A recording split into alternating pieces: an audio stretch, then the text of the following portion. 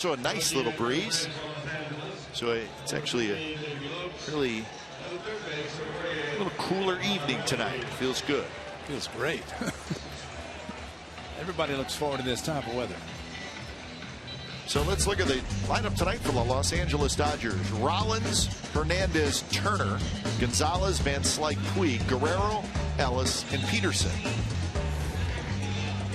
Felix DeVron will start his first as a member of the Athletics. He came over to the Athletics. Looked like he was going to go in the rotation, but Aaron Brooks had a couple of good starts. He did relieve him in Toronto.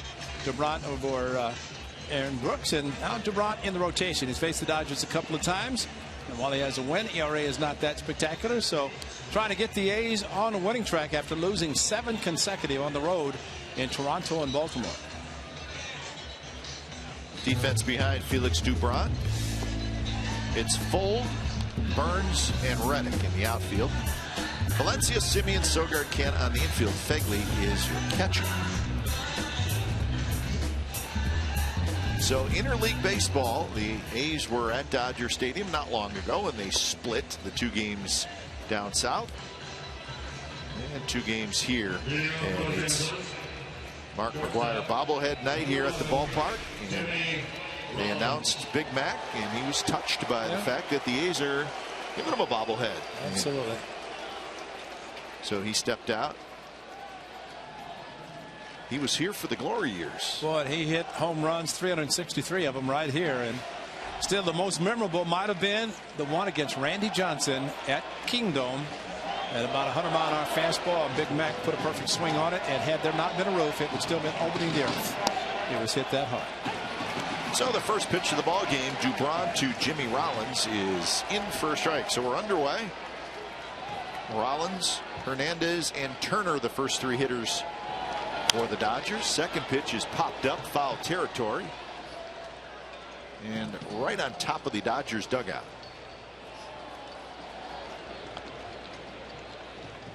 Umpires tonight: Todd Tishner calling balls and strikes, then Tim Timmons, Tim Welke, and Chris Siegel round out the crew.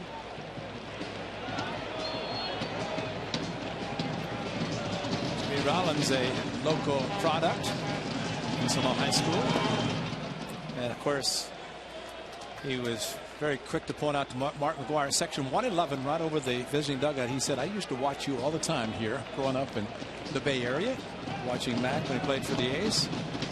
Jimmy Rollins in high school, and here he is. He's a hitting coach for Jimmy Rollins. 2-2 to Rollins, first year with the Dodgers. After the great seasons with the Phillies.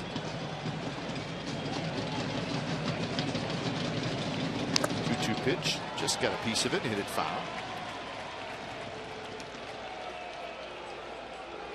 36 years old, the MVP in the National League back in 2007, and he helped the Phillies win the World Series in 2008.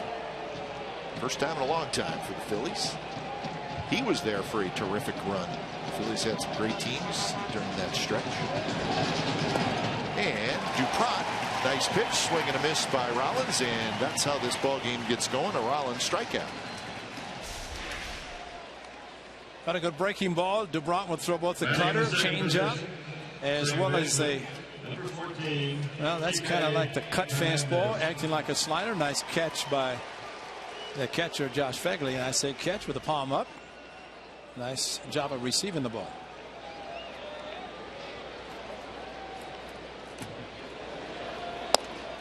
Here's Kike Hernandez, who takes a strike. Our Exmo brought to you by Cache Creek Casino Resort.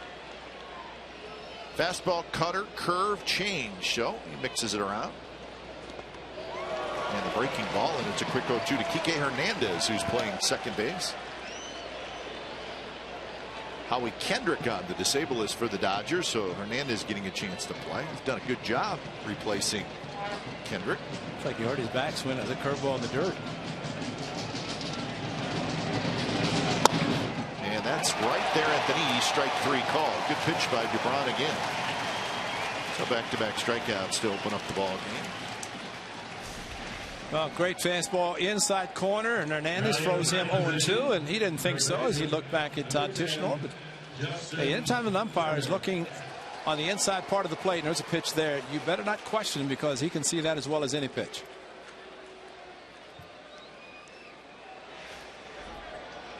So 2 outs for Justin Turner.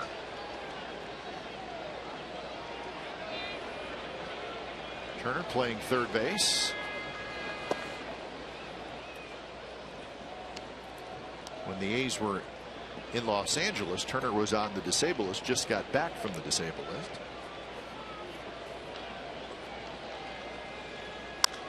And this one's lifted high in the air to left. Sam Fuld trots in. He's got it. Felix Dubron with a good first inning, 3 up, 3 down with a couple of strikeouts. It starts with Billy Burns. So speed at the top. Burns and Fuld and Valencia, Fegley, Canna, Butler, Reddick, Simeon, and Sogard. Your A's starting lineup tonight against. Well, he's won 10 games, making his 24th start. How did he lose 6? We do not know. That's the delivery that he has pitching out of the stretch, and he's very quick with a slide step. We showed in the open what looked like a changeup, but according to reports, he doesn't throw one that often. More maybe a slider that he takes something off the pitch. But devastating curveball and a sneaky fastball that he'll pump up in the mid-90s.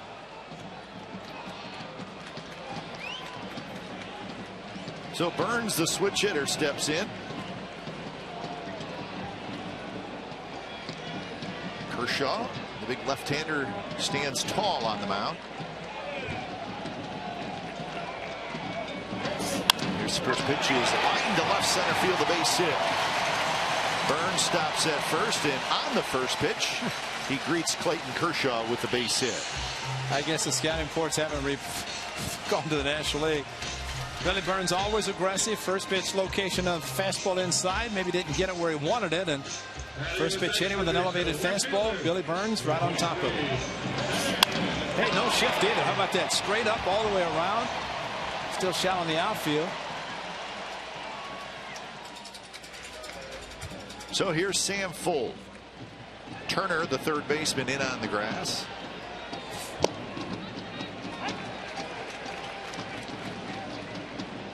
Billy Burns swings at the first pitch 48% of the time, third highest in the majors.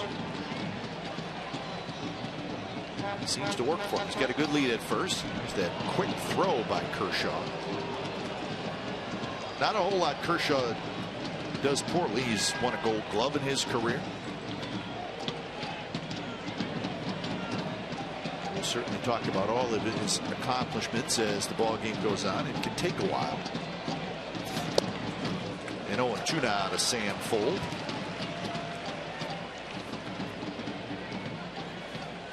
I might be surprised. So Sam Fuld, a true left-handed hitter, he's in the lineup. Josh Reddick as well, and Sogard, 3 lefties. But if you look back at this, really the lack of success of Clayton Kershaw in the postseason, especially against the Cardinals, they've had a lot of lefties facing him, and they've done well.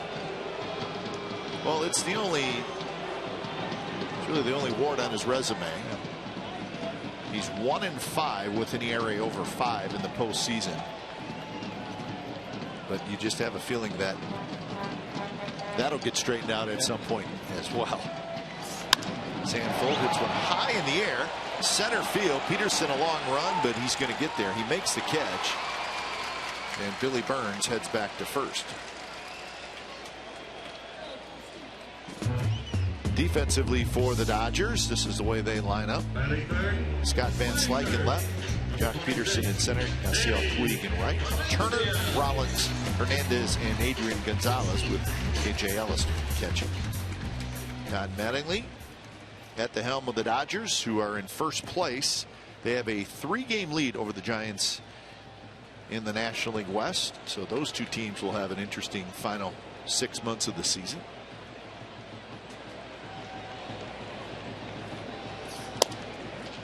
Dodgers and Giants play each other 7 times yet this year, including 4 in the season's final week in San Francisco. That's the way it should be. That's exactly right. 0-1 to Danny Valencia. There's that quick throw again. So Burns has seen that move twice now. And it is a little bit of a different move, Ray. Yeah, he starts to come up and come back. Instead of the set position, he will throw to first base before it comes down with a set at the waist or chest. So 1-1 the count. Base stealers against Kershaw, 6 for 12. So that's pretty good, but I mean, the 4 pickoffs is significant.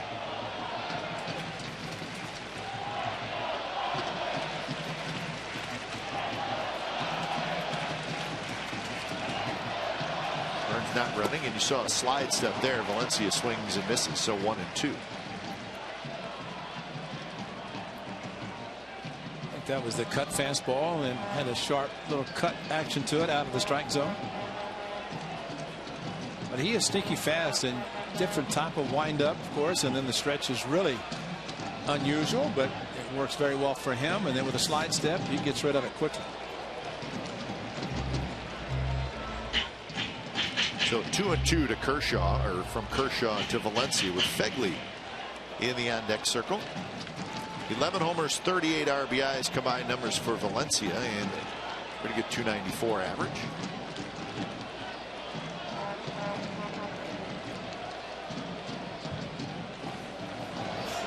Swing and a miss. Off-speed pitch. Valencia chased it. First strikeout for Kershaw. Yeah, this curveball, and looked like he started thinking it's going to be something other than that. Look at the rotation and out of the strike zone. So there's the breakdown, Ray. The fastball is very good. Slider, curve, change, and you and I kicked around the slider before we came on the air, and it's a pitch that looks like a splitter. It really breaks down. Right. He's got the big curveball, but then that slider is just it may be his best pitch. It just doesn't look, it looks more like a splitter than a slider. Yeah. I think of Sonny Gray's slider that is thrown hard, bites, and did a great job against the Dodgers, striking out several, especially Jock Peterson with a good slider.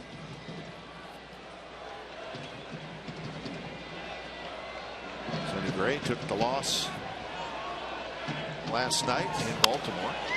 Grounded to Rollins, who scoops it up. He'll throw to second. Side retired. So Billy Burns leads off the inning with single, and that's it for the Athletics. No score after 1. And good to hear the A's fans kind of overpower the Dodgers fans who during the introductions. So Adrian Gonzalez will lead things off. Van Slyke to follow, and then Puig against Felix Dubron, who had a 3-up, 3-down first inning with a couple of strikeouts. First start with the A's for Dubron after a couple relief appearances. Could almost give him a start in that second relief appearance, though. 95 pitches in Toronto.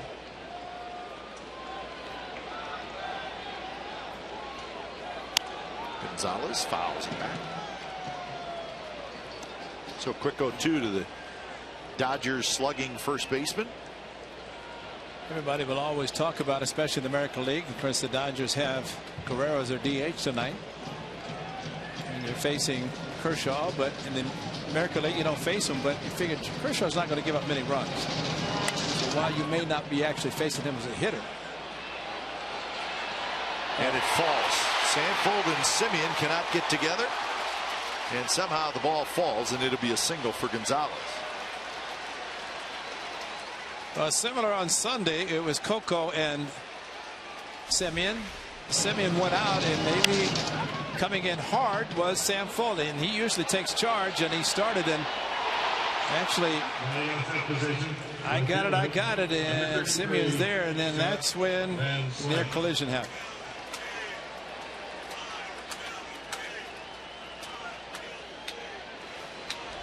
So a leadoff hit, and here's Van Slyke.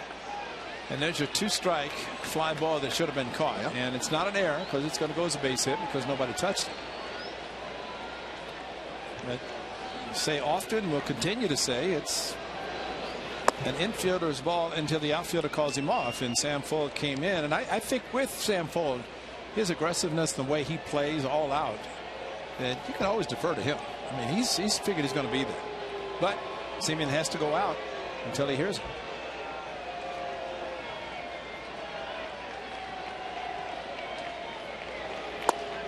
In there, first strike, 1-1 to Van Slyke. Van Slyke plays quite a bit against left-handed pitching. Yeah, the A's are fortunate it was Gonzalez running and not somebody else. Exactly. Should have been a second anyway, because he did not hit it that hard and maybe thought it was going to be caught. This one's popped up near the on-deck circle. Fegley makes the catch right in front of the side wall. 1 away. And he didn't see it till late, and that's why coming in hard was Marcana. He was holding the runner, so he was able to get in close, but he heard up, up, up, and he looked and found it and then got back to it. It's there. And Canna was also near the play to be able to make it. Had Fegley not found it. Hey, well, you got a few things to maneuver around too in that on-deck circle. You got bats and all that stuff is just sitting there. There's 6, 7 different things there. And as long as they're in the on-deck circle, they're fine. Yep. It's just whenever they're scattered around, as a couple of the items are there, but that's usually the bat boy's responsibility to make sure all of them are there. So here's Puig, 249, 10 homers, 35 RBIs for Dodgers right fielder Yasiel Puig.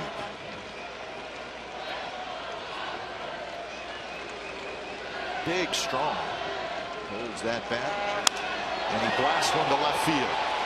Fold is back, and it hangs, and must have got it off the end of the bat. Yes, he did. So he had that big swing, and it went up, and it died, and it had to be down off the end. Well, you see that span, the rotation, and Puig did hit it off the end of the bat. He knew it, fired his bat. So a good swing, but did not hit it on the right part of the bat. So I think that flip right there was enough to say that he didn't get it. Fooled me. I thought he got it. Glad he didn't. So 2 away. Here's Alex Guerrero. Guerrero, big swing and a miss. Guerrero DHing tonight. He's an infielder, 239, 11 homers, 32 RBIs. He's the one who hit the tying grand slam with 2 outs, 2 strikes in the 9th. I can't remember who that was against. Colorado, I think it was Colorado, yeah. And then down to the last strike and grand slam time. 0-2. These guys just swings hard all the time. He does. And that makes a huge difference. And pitchers and catchers can watch the swing of a hitter. They can tell you what he's trying to do. He does not get cheated anytime.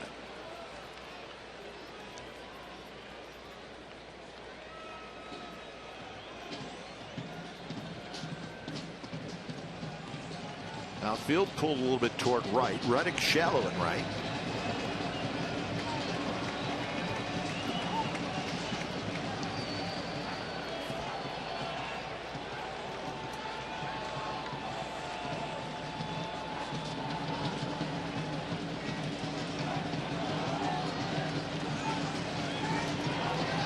Look at the fingers. Here's a 2-seam fastball.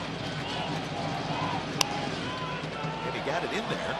And it's jammed and fouled back by Guerrero.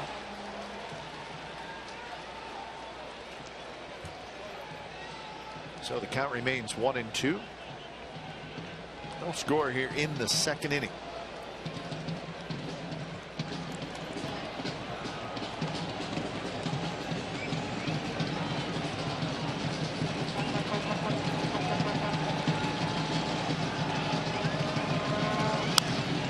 Another foul ball. This one rolled off the tarp.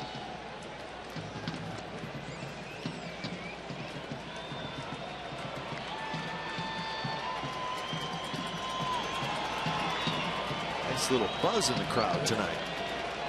Yeah, it's got to be pretty special. You have a giveaway Mark McGwire bobblehead, and you see this kind of a crowd on a Tuesday night.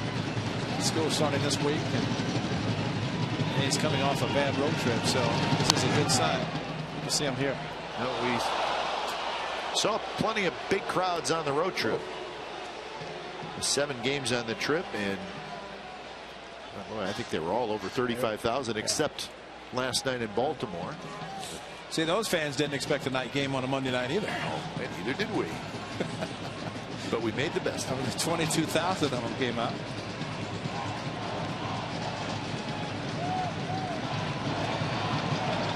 Another 1-2 to Guerrero. Breaking ball, swing and a miss. He struck him out. So another strikeout for Dubron. He works around the leadoff single, and the A's come to bat in the bottom of the seasons. Last year, 21-3. And again, just 27 years old. From Dallas, Texas. He was the 7th overall pick, excuse me, in the 2006 draft. So he got through 6 teams, and the Dodgers took him at 7.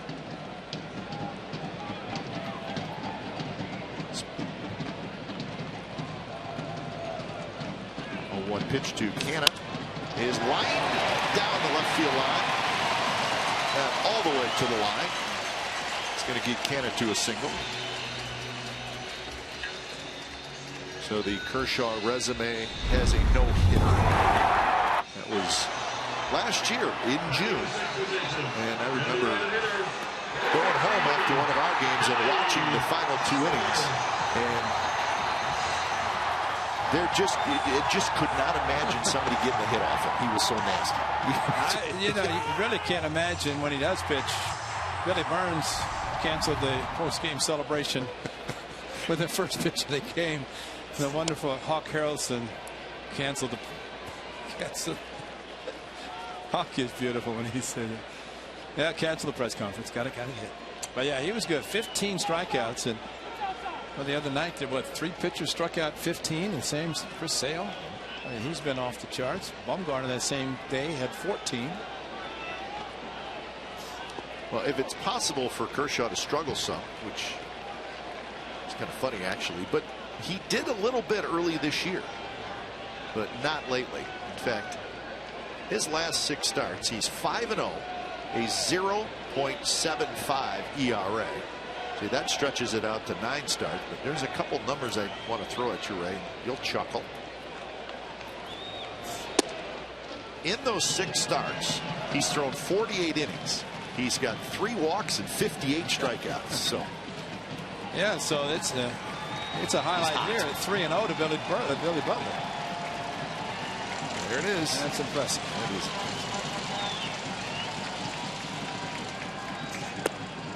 And he walked it. As for the baseball, 4-pitch walk. Cancel the press. Yeah, Hawk caught some perfect games. Burley, of course, but some guys would go a few innings, and the Hawk would say, "Yeah, cancel the press conference. Got to hit." So here's Reddick. You know, like we were talking in Baltimore, Kershaw in anticipation of this start, and of course the great Sandy Koufax, and perfect games that he threw, and the no-hitters, and just some guys take them out every time you think there is that possibility. First pitch is high, and I think a guy like Kershaw, first walk to a right-handed hitter in 37 plate appearances is, I mean, you know, guys are going to get hits off him, but it's so hard to get 2 or 3 hits off him in an inning. That's why this That's inning, what you need to score a run. Yeah, in this inning especially, you got a single and a walk, 2 on, nobody out. Reddick had a good swing, fouls it straight back. I mean, he's just got such great stuff, and stringing together multiple hits against him is very, very difficult to do. Amazing about the shifts that we have accustomed to seeing with Josh Reddick. Look at this. Talk about straight up, the outfield straight up. Jimmy Rollins slightly at second base, but he's there because of a possible double play. But this is not what we've been seeing with Josh Reddick. Reddick bunts. Ellis throws to first, so Reddick, don't know if that was a sacrifice in his mind. He may have been bunting for a hit. I think he was bunting on his own just to advance the runners. Maybe he wanted to take one chance, one shot. But again, this is American League. A lot of times you do not see guys sacrificing.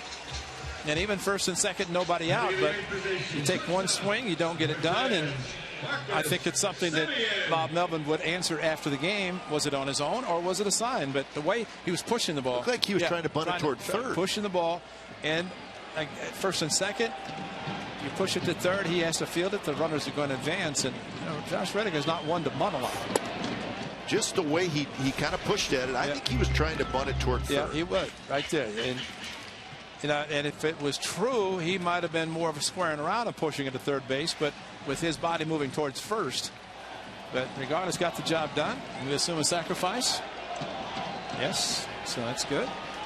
1-0 to Simeon. Second and third, one out. There's that hard slider, and Simeon holds up 2-0. A good hold up by Marcus Simeon. Now remember, Eric Sogard, another lefty, is in the on deck circle, and first base is open.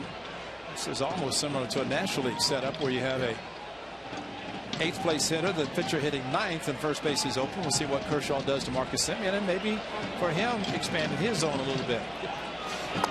Man, a swing and a miss. So see that 2-0 pitch? That's tough to deal with. He's either going for a strikeout or pitching him carefully. There's your slider. So it really almost breaks straight down that slider. Yeah, that could have been the cutter. Or he throws the cutter and the slider, which both are similar, but of course the slider is a little bit bigger movement. I'm talking about this slider pitch by Kershaw, how much he uses it and how well it's been. You see the slider usage from 2011 through 2015. That's the top number, and then the opponent's average against that slider. This year actually a little higher than other years. So 2-2. Simeon trying to make contact, and he lays off a good pitch there. That's a great curveball that he laid off, and that's a good pitch not to swing at. And again, this is where a hitter, in the case of Marcus Simeon, has to be thinking, is he going to pitch me carefully? Is he going to try to get me to chase a pitch, try to get a strikeout with first base open, and not be concerned if he does walking? But you have to be aggressive, but also a little bit patient. 3-2. Hit towards second. That'll get a run home. Hernandez picks it up. So good at bat by Simeon. He absolutely had to put it in play, and he did. And Cannick comes in to score. And it was like a cutter. It wasn't the true fastball at 87 with the cutting action on it, and he just left it up a little bit too much. And that's a pretty good pitch to stay inside the pitch, which Marcus Simeon did. Once he got it past Kershaw, and was going to play to run. So the single, the walk, and Reddick advancing both runners. The A's score a run.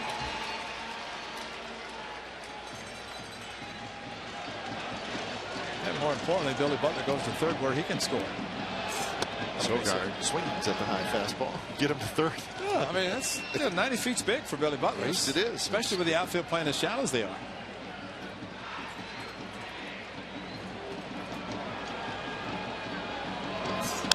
Sogard fouls it back, and now the count is 0-2.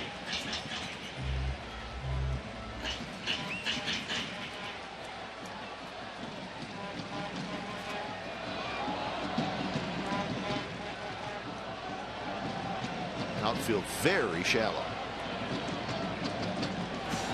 Big curve, tap to Kershaw behind his back. What a play.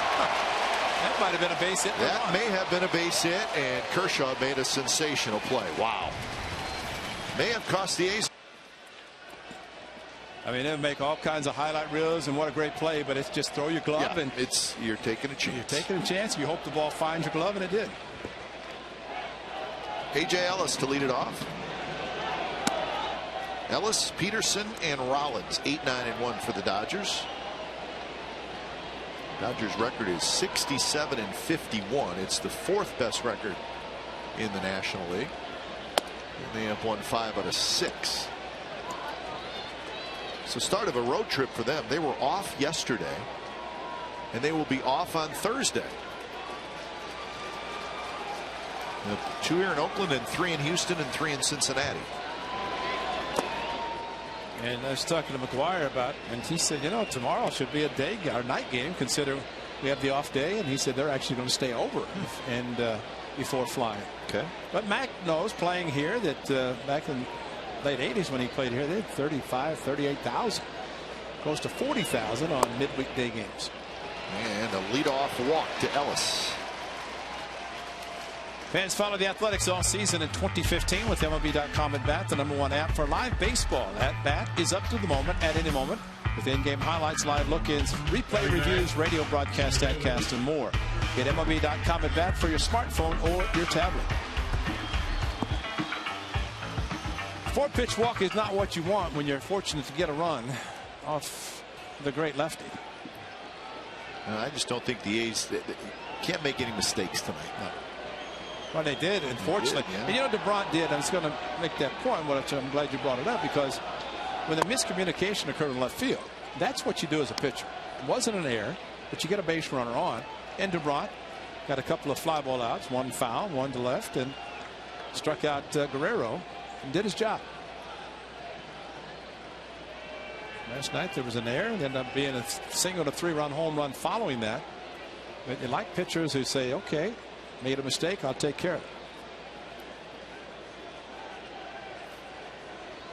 So 1-0 the count to Jack Peterson, who's from Palo Alto, so he's got family and friends here, I'm sure. Had a terrific first half for the Dodgers, but has really struggled in the second half.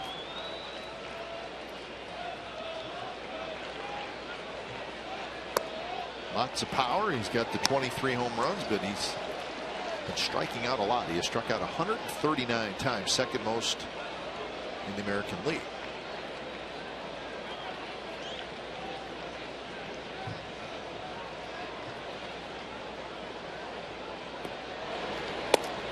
And it's high, and now it's 3-0. So 7 straight out of the strike zone by DeBront. And lefty on lefty, you're always concerned. Well, Don Mattingly say to the lefty, you're going to get a fastball. It's just a question, is it in your zone? And get you to give the green light. Although it would be 8 consecutive, maybe out of the strike zone. You don't want to get a pitch, you get an over aggressive hitter and make a bad pass at it. No chance there. Well, the Dodgers got something going. There's the home run leaders and the strikeout leaders. I think what stands out on the home run leaders, and that's in the National League, but I think it's across baseball as well. Look at all the young players. Yeah. I mean, they're all relatively young players. Except Adrian Gonzalez, he's a veteran. Strikeout leaders, Chris Davis on top. That's in the major league. Peterson. He'll figure it all out, and I think he'll be a very good player. 2 on, nobody out. Rollins steps in. And that one's low. Throw was past Fegley, but he quickly gets to it. Yeah, the corners are playing in for a bunt. I don't know until he throws a strike that would even consider doing anything. And I don't know that Rollins is even going to bunt anyway. But right now, he's not close to the strike zone. And best part of there, if runner Ellison tried to go to third, Fegley could have thrown him out.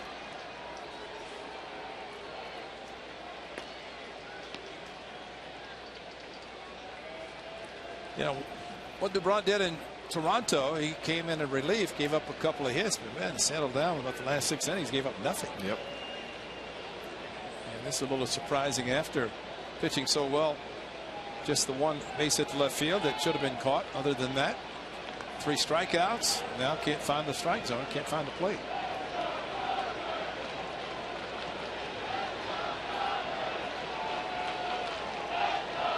Rollins struck out in the first inning. 2 walks, 3 strikeouts for DuPont. The trouble here in the third.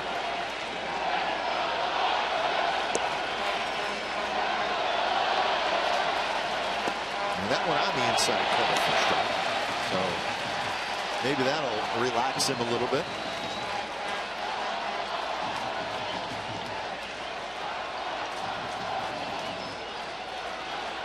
Kike Hernandez, another right-handed hitter, waits in the on-deck circle.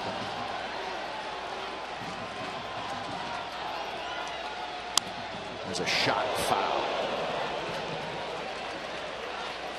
Ron Renicky is the new third base coach for the Dodgers, just hired a couple days ago. Former manager of the Brewers, relieved of his duties, and Sunday the change was made. Actually, yesterday he was hired, and Max said coaches were told on Sunday the change was going to be made. Popped up, could be playable. Canna. He's got it. He's got to check the runner, and he gets it in quickly. So a big out as Dubron bounces back. And now he'll face Kike Hernandez.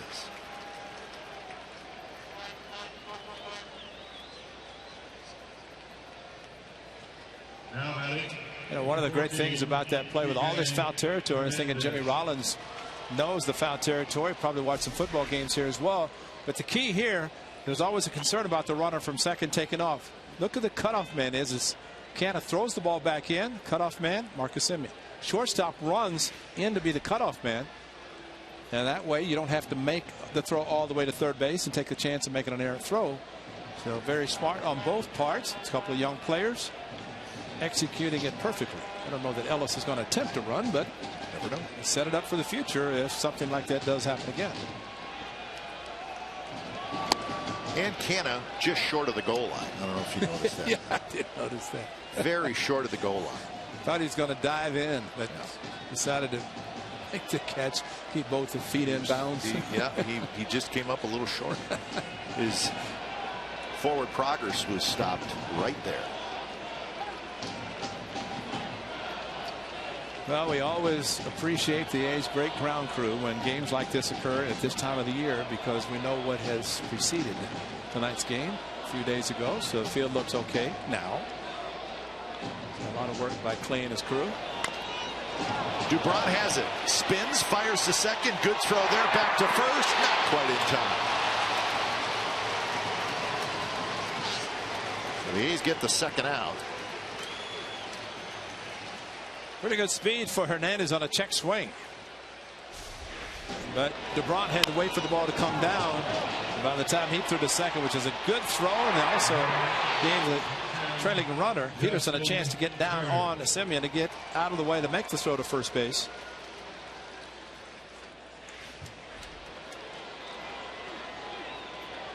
Good throw by Dubron to second to get the lead runner, and that's the key. That is the key, because you're always in question of whether that throw is going to be good, because that's the play to make, and you get the lead runner, keep force and order, but also take one of the runners out of scoring position. So tough out here, Justin Turner. Dubron let the ball come down and then perfectly to Semien. He knew who was going to be covering. Semien was there, just couldn't turn the double play. That's your PSP, and they do it all the time, and that's when it pays off, and you make a good throw to second. You know, I think it helped him too that he was actually on the grass, so he's throwing on flat ground. That's a good point. If you stay on the mound, you're throwing sideways, uphill, sideways, downhill, who knows.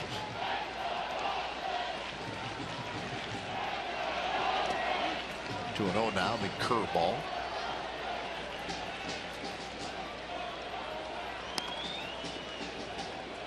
A's with a 1-0 lead against Kershaw and the Dodgers. Ellis at third, Hernandez at first.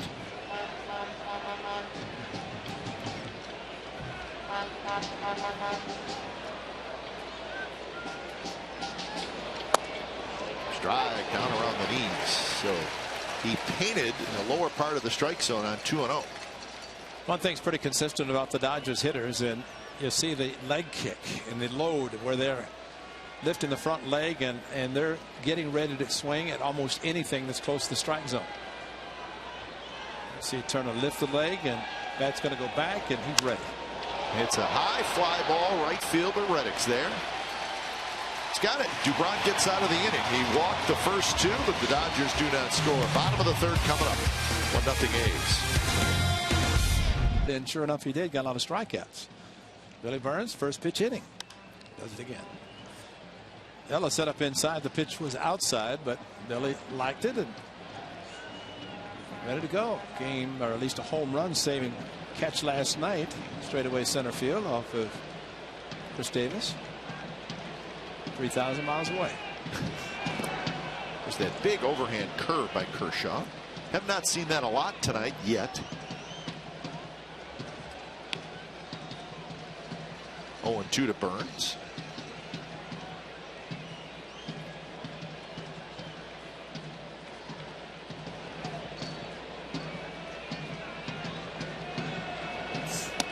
Fastball just a little up and away. Full to follow, and then Valencia here in the bottom of the third.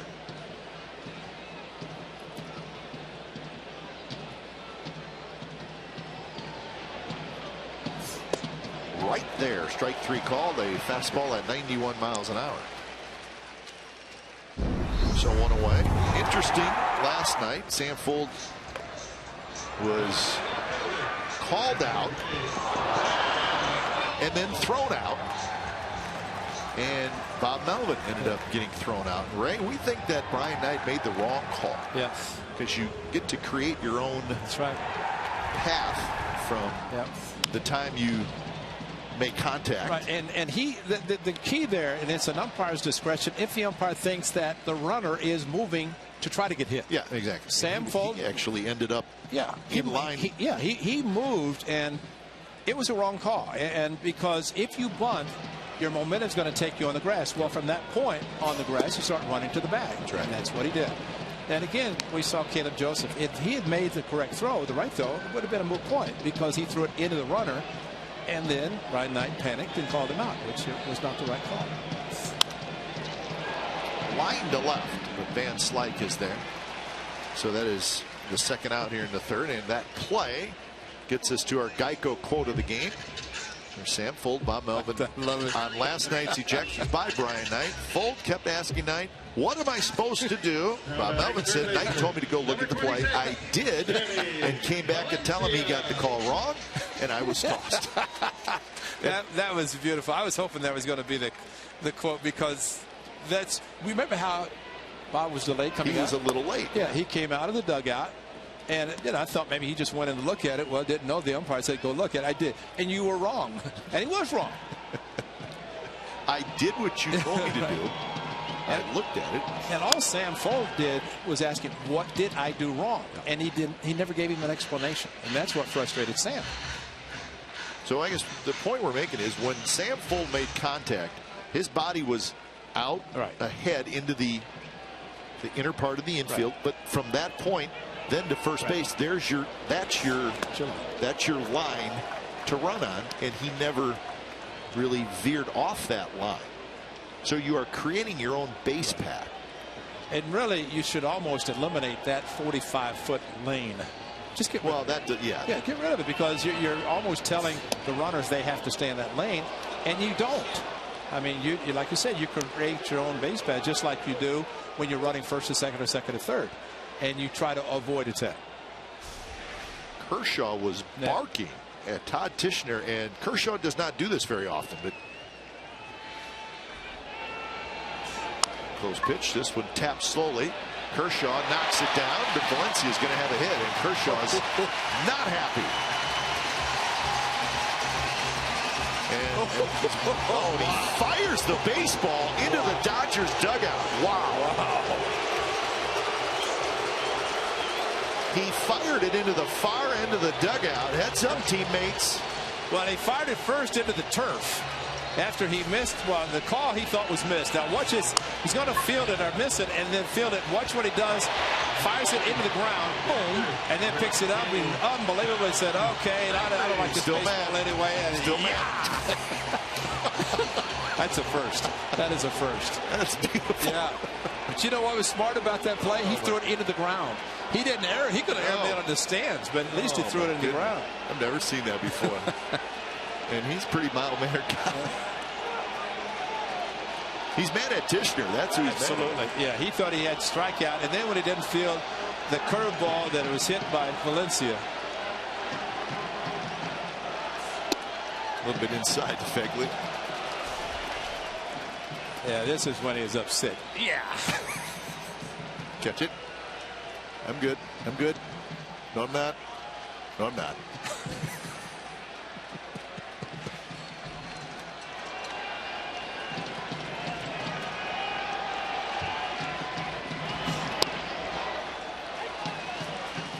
Well, my guess, though, we may not want to tick him off.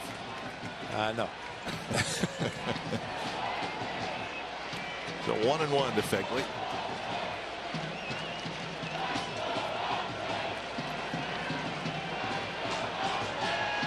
that hit by Valencia, the third for the A's.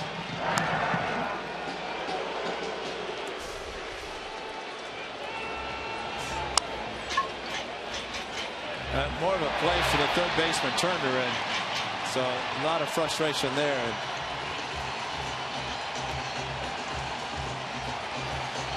I wonder if there was time called on that before he fired the ball in the dugout. Well, the home plate umpire threw a new ball in, and that's Kershaw saw that, and then he fired it into the dugout.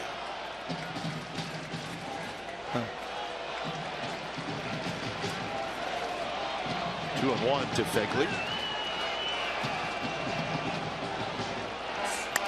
Fegley had a good rip there, hits it high and foul right side. Oh, the old saying about you come to the park, you see something you've never seen before. I've never seen that. Have you ever seen that? I've never seen that. I've never seen that. I've seen pitchers throw baseballs in the stands, but to be that frustrated like that.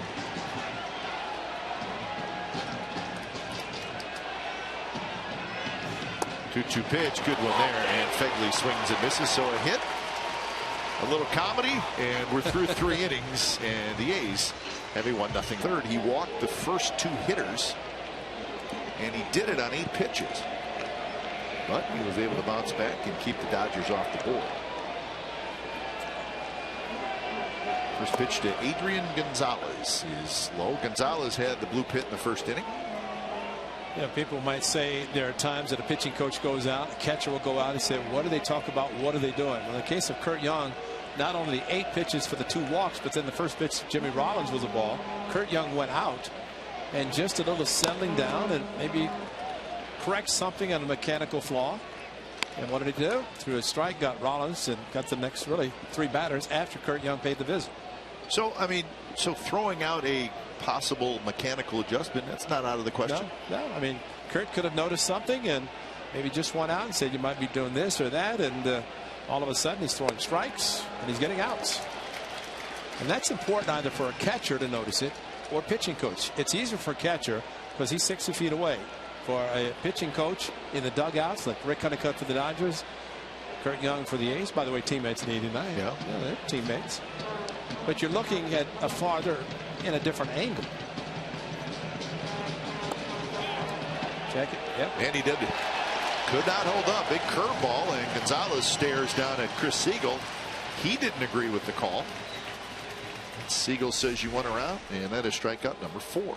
Well, we'll look at it at this angle and then check at the end. But watch the head of the bat. Watch the bat hit. He didn't throw it. That's not a swing. I don't think it is either. It's not a swing. And that one, though, it did. The other one did not. So, I mean, it's kind of confusing, but it's always difficult for the corner umpires to make such a quick decision on a. It's not reviewable because it's in front of them.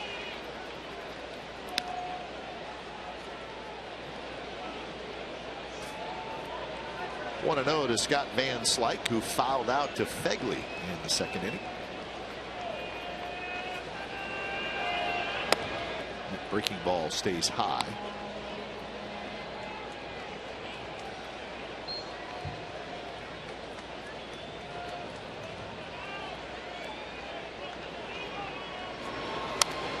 Interleague baseball this year, the Dodgers are 8-4. The A's are 6-6. So next year, the A's and the rest of the AL West will play the National League Central.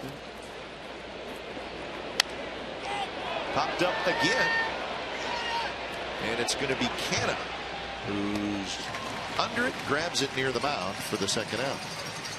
So you got the Brewers and the Cubs and the Cardinals and Cincinnati. Why'd you say Brewers first? Just the first team that popped into my head. Pittsburgh. Just happened to be in the Milwaukee area, which is close to the farm, right? There's the breakdown this year for the A's. The AL East has hurt the A's big time, and of course we saw that on the road trip at 9-21.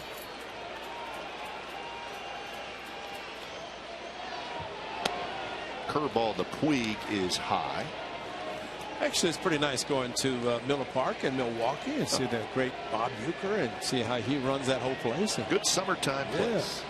You may not want to go there in January. Yeah. Let's close the roof. It's true. A little bit inside, 2-0 to Puig, who hit a fly ball to left field in the second inning.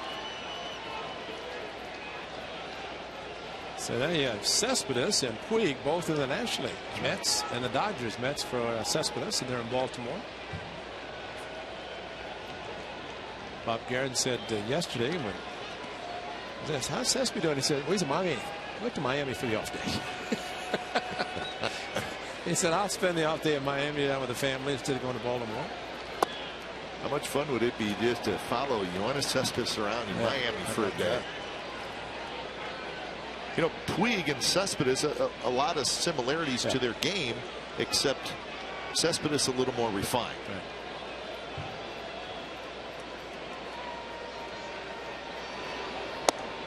And a 4-pitch walk with 2 outs. And Puig has good speed, so you got to keep an eye on him. He's not necessarily a big base stealer, but he's a guy that can score from first on a double. And let's not forget when Felix Labonte pitched for the Toronto Blue Jays here. The only game the A's won. Matter of fact, the only game the A's won against the Blue Jays this season. He was taking a lot of time out of the stretch delivering to the plate to the point the A's were running wild. And, and actually Bob Melvin was ejected in the game because Hunter Wendelstedt, when Russell Martin went in the right-handed batter's box to take what looked like a pitch out, to reach back and just trying to get to the ball as quickly as possible to make the throw to second. So with that in mind, and 2 outs and Puig at first, let's see what happens. Fegley has a very, very strong arm, and that can counteract any slowness by a pitcher. That one hit toward right. Reddick got a good jump, tracks it down, side, retired. So the 2-out walk does no damage, and it's still 1-0 as we go to the bottom of the 4th. Nice temperatures. I don't recall feeling this breeze in Baltimore. No. Speaking of Baltimore, I remembered talking about frustrating pitchers. Sam McDowell, the great lefty, it's your guy, was pitching in Baltimore at Old Memorial Stadium, and he was frustrated, very frustrated. He threw a baseball, and Sam had a strong arm, but he threw it the upper deck at Old Memorial Stadium, and he was ejected. He got fined. The umpire actually counted the number of rows in which he threw the baseball and fined him an amount per row. Wow. And that was how. That's tough. Yeah, but to think that the umpire knew exactly where it landed and went out and counted the rows. So why did he throw it? Oh, Sam was just. I mean, was it a ball strike thing? Yeah, I think it was. And, you know, Sam. And A.J. Ellis just bumped into Todd Tishner. Well, Kershaw did something. And Ellis was protecting his pitcher, which he should be doing. And Kershaw said something, I think because Canha asked for time late. And we have noticed that there's a little bit extra time taken anyway. But well, let's see what happened here. Canha's taking time, which he does. Kershaw's ready, and he's ready to go. So, you know what? Canha didn't ask for time. The whole plate umpire just called time. And you know what, Ken? I was thinking because what Ellis had done, he'd called the sign. He had already called the sign. It's something. I think it was just the fact that, I mean, Canha takes a long time to get in.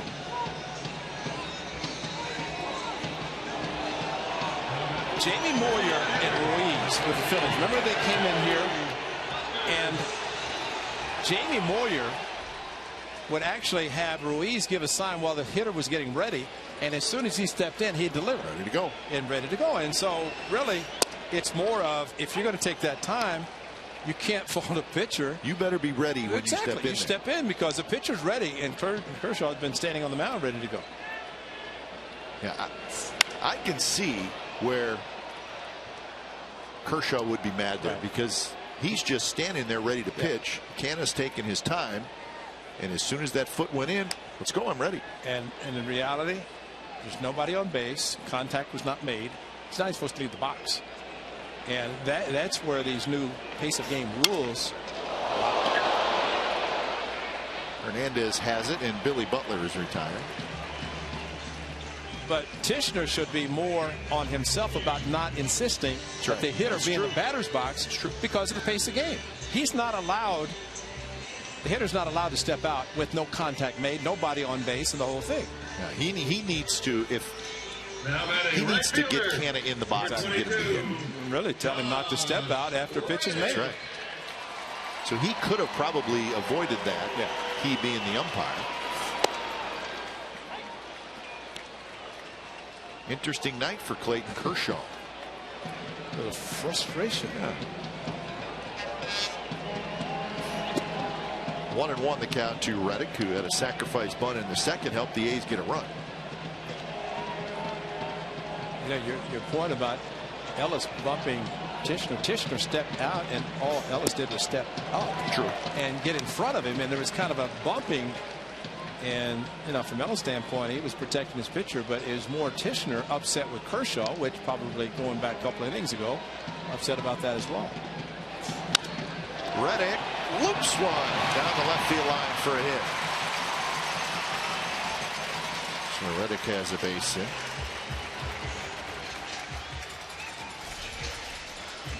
Here's the pitch to Canna, and a curveball that called a strike. Got back, and see Canna taking his time. He needs to get in there and hit. I mean, Tishner's not doing anything to force him to get back in there. I mean, Kershaw's ready to go. See, I don't think Kershaw did anything wrong. No. I agree.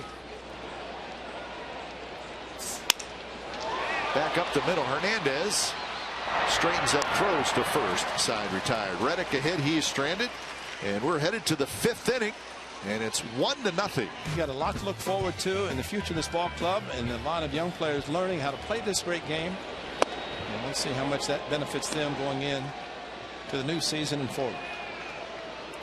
Ellis, Peterson, and Rollins for the Dodgers. Top of the 5th inning.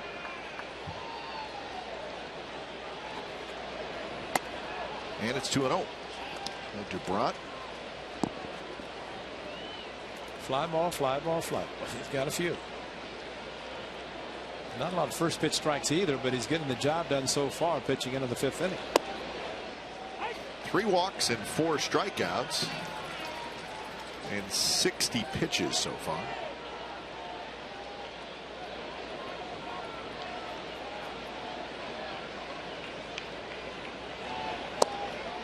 Strike on the outside corner, so now it's 2-2. It's a location fastball inside, and how many times have we seen where a catcher moves the way Fegley did, and it's not called a strike even though it was a strike.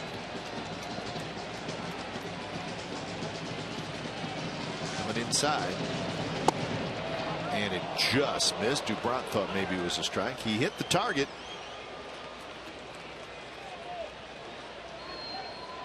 So pretty good pitch by DuBrant, but he did not get the call. And he missed high, and it's a leadoff walk. He's given up 1 hit. That was a Gonzalez base hit that probably shouldn't have been a hit, but that's the 4th walk. Well, he's playing with fire just a little bit. Yes, he is. Number 31. It's the 3rd time in 5 innings that the leadoff man has got aboard, and this is a good Dodger offense. Yeah, 23 home runs, hitting 9th. There you go. Chuck Peterson, he's leading off in Los Angeles when the A's were there, at least in the first game. Dodgers are 4th in the National League in runs scored. They're 1st in home runs. They've hit 146. They don't steal any bases. They're last in steals, but they're 1st in walks, 2nd in slugging, and 1st in on base percentage. So they can do some damage. This is the 8th consecutive game for the Athletics, 7 on the road, and tonight that you're always concerned. Blue Jays hit home runs, Orioles, and now the Dodgers, as you mentioned. So you get a runner on base and you've got a lead. How quickly it could disappear. Sure. We saw that. Or how quickly it could get you back in the game. Right. We definitely saw that in Baltimore. So more home runs this year already than last year. A guy with the goatee hit 363 here, so he knows what home runs are like. Mark McGuire got Hershiser, who pitched for the '88 Dodgers, and a couple of boosts over. You got Rick Mundy, who was the #1 draft choice in '65. on the radio side. There's Hershiser. Vin Scully did not make the trip. Charlie Steiner with him on TV side. Now, Vinny was saying that he's just going to travel to San Francisco, their rivalry, and then do just Dodger games. Saw the great one. There's Rick Mundy. Kevin Kennedy working alongside him. So they've got some. Rick Mundy, 1965, 50th anniversary of the first ever draft, and he was #1 by the Kansas City Athletics. He put those white shoes on and he's never been the same. That's right. Except when he saved the flag in 1976 as a member of the Cubs. He's actually traded the Cubs for Kenny Holtzman. Yep. Pretty good trade. Absolutely. Probably good trade for both teams, but I think maybe good timing for Ken Holtzman. Oh, yes. 2-2, and Peterson got one to hit as the curveball stayed up. Well, 88, the all-time record now for consecutive scoreless innings. And number 55, 88 was his season. Looks like San Diego. So I think it's right here for the final game of the World Series at 88.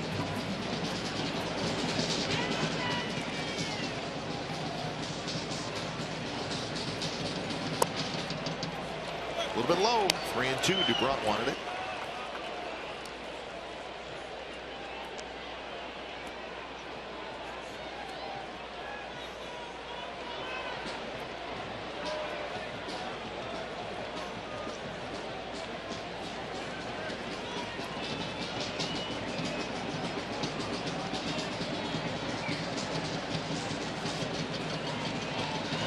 Runner goes. Pitch is low.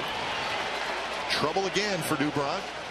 Well, that would have been great to be a strike him out because Fegley was ready to throw and he would have thrown him out. Did not get a chance with the aggressive Peterson swinging at a pitch too much in the lower part out of the strike zone in the dirt. Let's see if Kurt Young can say some magical words again.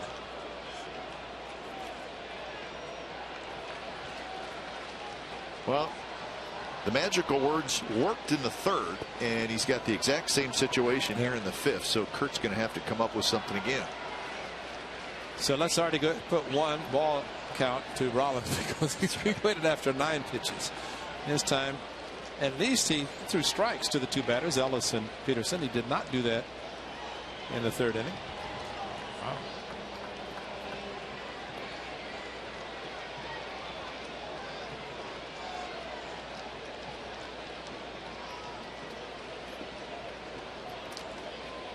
So the meeting is over. Now batting, number 11, Jimmy. So here's Rollins, top of the order. Well, the A's were thinking bunt back in the 3rd inning. They're at the corners thinking the same thing this inning.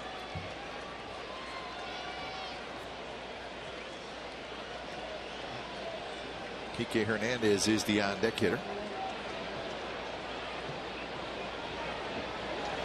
Rollins is bunting, doesn't have to. Shoots right past Fegley, 2nd and 3rd, nobody out.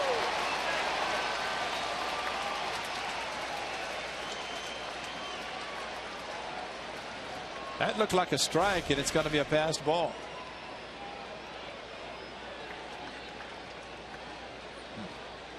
Well, you know, one of the things that happens when catchers have the palm down and the ball sinks, it's going down. You turn it up, it's going to be caught. Sure. Turn it down, scoots under, and that's a big 2 bases. Corner infielders in, middle infielders back. 1-0 to Rollins, not close.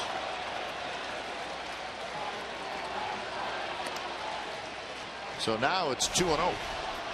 Definitely made up for it with this one because this is a great scoop.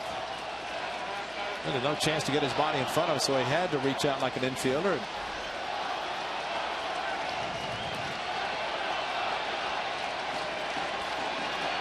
Great opportunity for the Dodgers, and that went in for a strike, so 2-1. 73 pitches for DuBrant, but 5 walks, and 2 of those walks on base here in the 5th inning.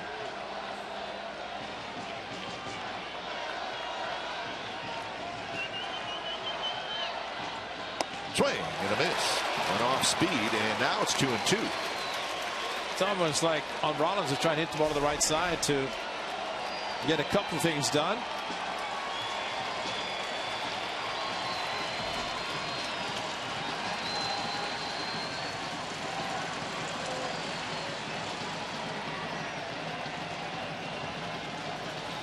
Two pitch, bounce to the right side. It's going to get a run home. So a very productive out for Rollins, and again, it looked like he was trying to do that. So Ellis scores, Peterson to third, and we got a 1-1 game. That's exactly, and that's a great job because he did it, swung and missed one, came back with the same pitch outside. This time Rollins did it perfectly. And that's just great teamwork, team play. Now the infield has to come in. But the walks, this one scores. The previous three had not, and trying to avoid this one. It's on third now from scoring. First pitch to Kike Hernandez at the knees, first strike. So 2 walks and the pass ball. You have to think if Rollins had successfully bunted second and third, 1 out, would the infield have come in as they are right now? So Dubron ahead this time. It's 0-2. Pitching for the strikeout or a pop-up.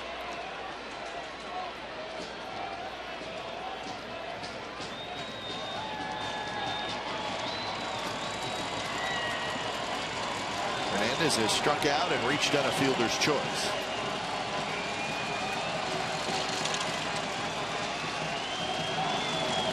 In the dirt, swing and a miss. Fegley fires it to first, and a huge strikeout for Dubron. You know, after having a pass ball called against Fegley, he put his glove on the ground. He wanted Dubron to throw the curveball in the dirt. His glove is down there. He did. He blocked it perfectly. Got the swing and miss. Kept the runner at third. And Mark Cannon at first base was standing off the bag, and that's what you also want to see with a runner running down the line. Get inside, give a good target, and Cannon stepped inside, caught the ball, tagged the bag. All things working well. So one more tough out to get. It's Justin Turner, who has hit a fly ball to right field and a fly ball to left field. First pitch, just a bit outside.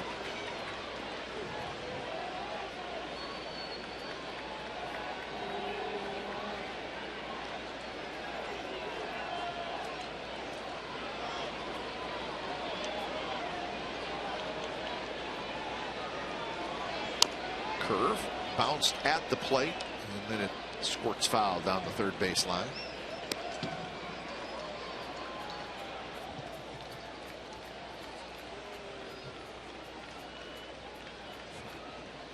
Dubron trying to limit the damage to just this 1 run. 23 pitches here in the 5th.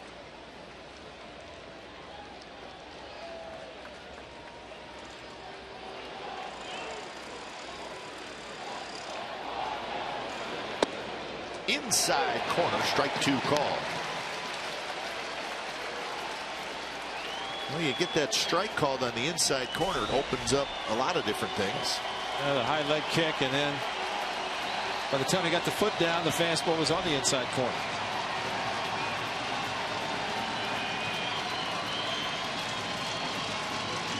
One-two pitch, breaking ball, struck him out. Well, it could have been worse. Dubron strikes out the final 2 and holds the Dodgers to just the 1 run. Bottom of the 5th coming up. It's a 1-1 game. He has struck out 4 as he faces Sogard. First pitch, Anthony's first strike. That was pitch number 58 for Kershaw.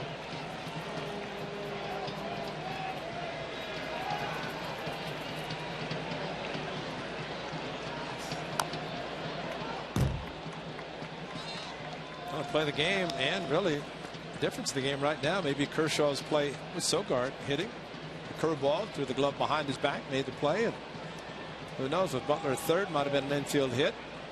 We'll never know because Kershaw made a great play. Too high fastball, 92 miles an hour. When Kershaw first came up, he was throwing 95, 96. Doesn't do that anymore. He's got 3 pitches he can strike you out with now. And that one drops in on the outside corner. Sogard is called out on strike.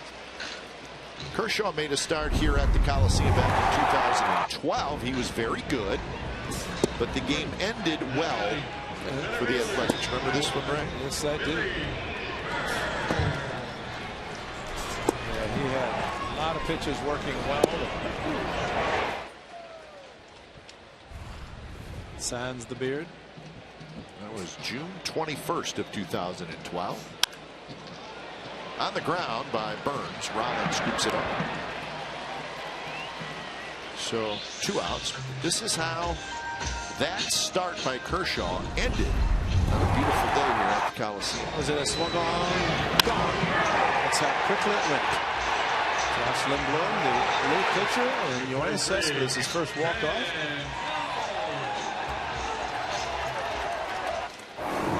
That was the first of, 13 regular season. No, not the first, because the first was the Luke down the left field line, I think, against Kansas City. But a whole bunch of walk-offs that year. I think Dennis Eckersley should have trademarked the name walk-off. You know, like the repeat, walk-off. Just that every time Eck would have to explain that that's not the reason he coined the phrase the walk-off. It's that pitcher walking off the mound with a bad feeling in his stomach. That's the walk-off. That's the walk-off portion. A couple of fly ball outs for Sam Fuld. One to center, one to left.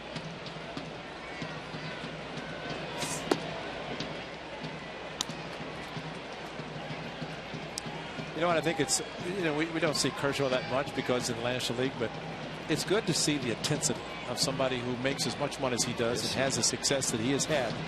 And he is as intense as there is, as we have seen tonight, demonstrated by his frustration. See where this got Sam Fuld. The way he's limping around, it probably did not get the guard. No, got him the right kneecap. There were a couple of weeks ago when he swung a couple of times and fell out of the batter's box, and that was kind of a toe issue.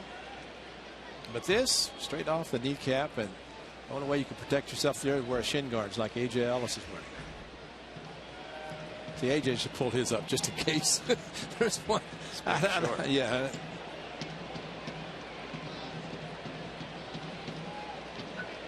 So 1-2 to Fuld. Kershaw looking for his first 3 up, 3 down inning. He's had 4 hits off Kershaw.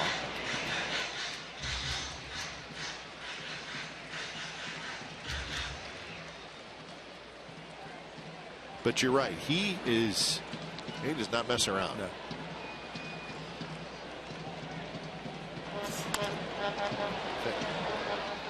How about this note? Lowest to career ERA in the modern era, and that's since 1920. Again, career ERA. Clayton Kershaw is first. Huh. The knuckleballer, Wilhelm, the chairman of the board, Whitey Ford of the Yankees, of course, the great one, Sandy Koufax. Gonzalez has it. He'll take it himself. Just beats Fuld, side retired. So Kershaw does get his first 3 up, 3 down inning. And we're about those socks. Talk about getting intentionally walked by Buck Showalter. A lot of things to talk to Sogi about. Adrian Gonzalez leading things off. First pitch is high to Gonzalez. Looked up Gonzalez career numbers. He's got a hit tonight, so he now has 1,760 hits and 286 career home runs. But he will play for a while. He's got plenty of time left. Still one of the biggest coups in baseball, maybe the Red Sox signing a couple of huge contracts. Juan Gonzalez, Carl Crawford. Yeah. The Dodgers took him. They did. The Dodgers wanted Gonzalez, but they had to take Crawford to get Gonzalez. Sounds like that happened when we were in Los Angeles, right? When all the trades were taking place. Oh, you want this guy? Well, you have to take this guy. Dodgers started the season paying $39 million to players they didn't even have. Well, now it's up to like 80. Yeah, more than a lot of clubs' payrolls, but they have the money to spend. They're spending it, trying to win. 3-1 pitch, and it's another walk. That's 6 walks by Dubron, and you may see the bullpen start to move around a little bit. Walks are bad. Leadoff walks are horrible, and that's another one. It's happened now 3 innings. Number 33. 6 walks, 6 strikeouts. Van Slyke.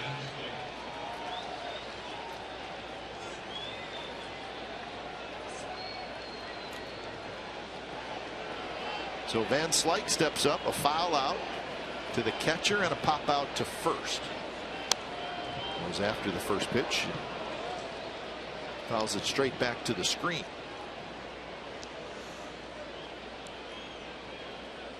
Six and a third innings at Toronto for Dubron. He walked 1.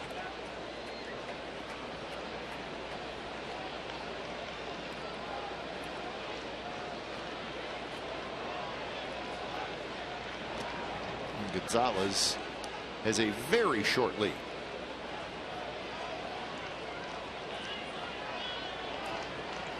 I doubt he's going.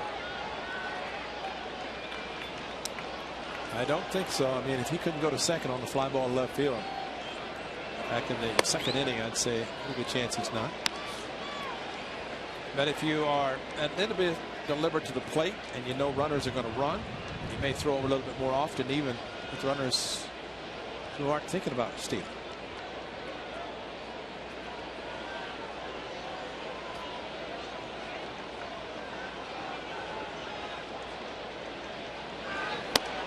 High again, and now it's 2-1. They're starting to move around in the bullpen. In fact, we're going to get somebody warming up.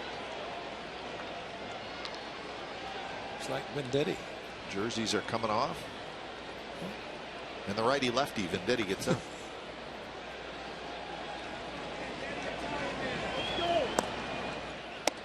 There's a strike. 2-2 the count. Buck Showalter said, with Venditti, can you put his right arm on a 60-day DL and keep his left back? It's a fastball that was called a strike, and fortunately didn't swing. That's a pretty good pitch to hit the right field. Dubron would love a ground ball. Not close. Full count. Well, let's see what this pitch is. We have seen curveballs thrown 2-2 miss and then come back with a fastball 3-2. That man is waiting. And Fegley knows how important this pitch is. Well, this might have been for the dugout too. Fegley looked over to the dugout and then went out. This maybe to buy some time for the guy who throws with both arms. I mean, Venditti actually has both arms you could lose. Sure. It's not just right. Hurry up and get one. That's Puig, Guerrero, Ellis. He had 3 righties due up. And then the lefty Peters. Lots of balls for Dubron. But to his credit, he has pitched through a lot of traffic tonight, and it's a 1-1 game. 3-2, strike 3 called on the outside corner. Strikeout number 7. And the one thing about Dubron, and while he threw the 2-2 curveball that wasn't close, and I think Van Slyke thinking more of a fastball, and he threw him a slider or cut it. Regardless, it was a great pitch, and it froze the hitter and got the job done. And back door. Only thing there that didn't happen, Gonzalez wasn't running. That would have been a good one. He could have thrown to second and back to first and got it. So 1 out. Here's Puig. Fly ball to left and a walk for Puig. First pitch, big rip, and it's 0-1.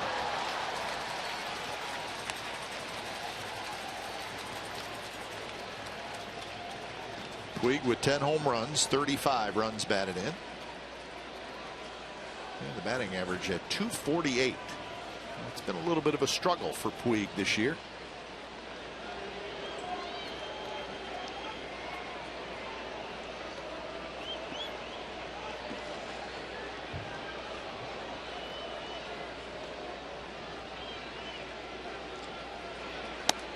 There's that breaking ball that misses badly up and away.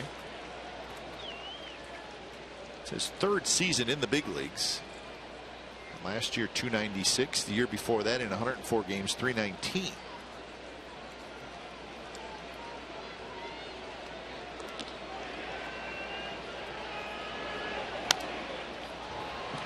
He did homer against the A's down at Dodger Stadium, and it was a big home run. Jesse Chavez hung him a cut fastball. Chavez will be on the mound tomorrow. You're right, Larry. That was the Yasiel Puig bobblehead. Mother threw out the first pitch. They announced play ball, and he hit a home run.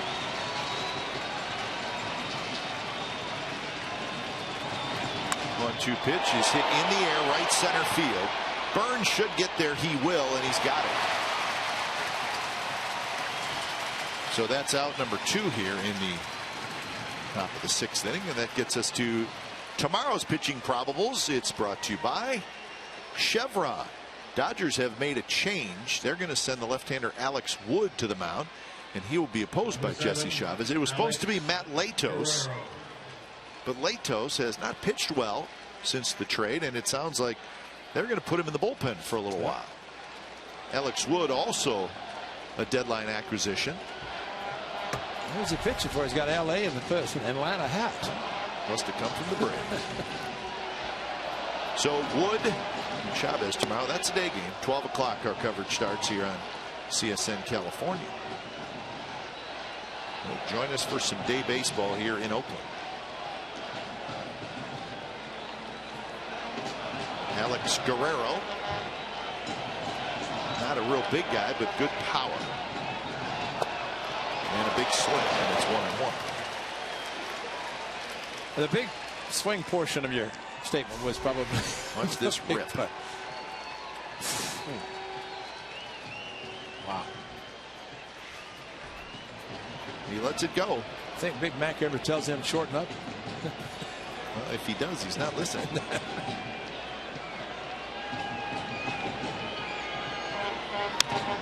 This one looped into foul territory and into the seats, and Dubront gets ahead 1-2, right at 100 pitches for Felix Dubront.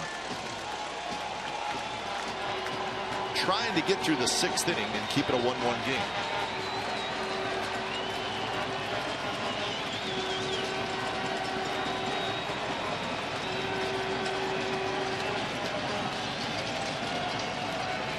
Dubront ahead in the count. And that one golfed down the line, foul.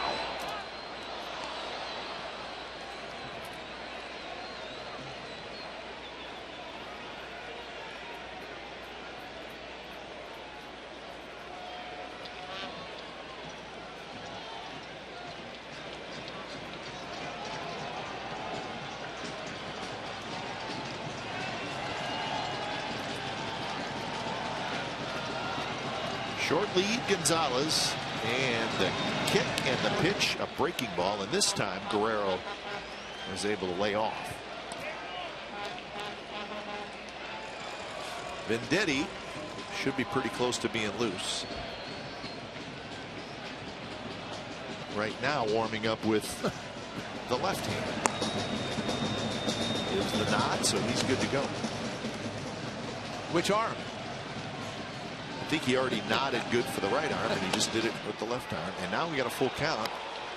And he might have Ellis, because the pitch count might be getting to Dubront, and that's the fact that he's having difficulty throwing strikes, at least this part of the batting order.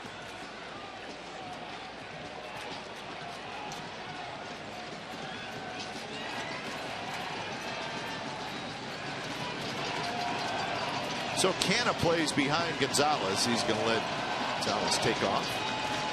And he does. And the pitch, swing and a miss. He struck him out. Dubront gets strikeout number 8. Again, works around the leadoff walk, and we're going to. So through all that, it's a 1-1 game. Valencia takes the first pitch in for a strike. 6 walks, 8 strikeouts. And Felix Dubront did what he needed to do. Gave his team a chance to win. Now it's up to the A's to try to figure out the curveball of Clayton Kershaw, because he's starting to throw a lot of it. Catcher A.J. Ellis has done an excellent job blocking every one that he's thrown. Of course, catches him a lot, so he's familiar with his curveball. Very close. Took a little off. 1-2. Fegley to follow, and then Cannon.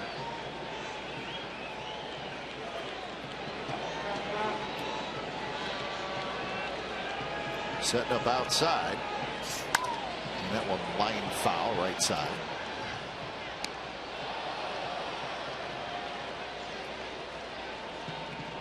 Well, we did not see the curveball that much the first 3-4 innings, and now the third time through the lineup,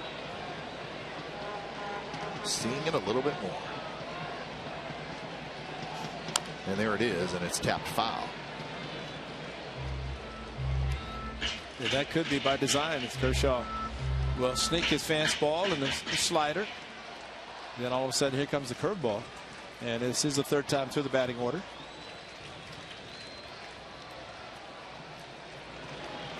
Yeah, I got to believe it is by design. Yeah. So 2-2 the count. Pitch count is at 75. Kershaw's last 6 starts, his innings pitched 9-8, 9-8, 6-8. So he's not coming out.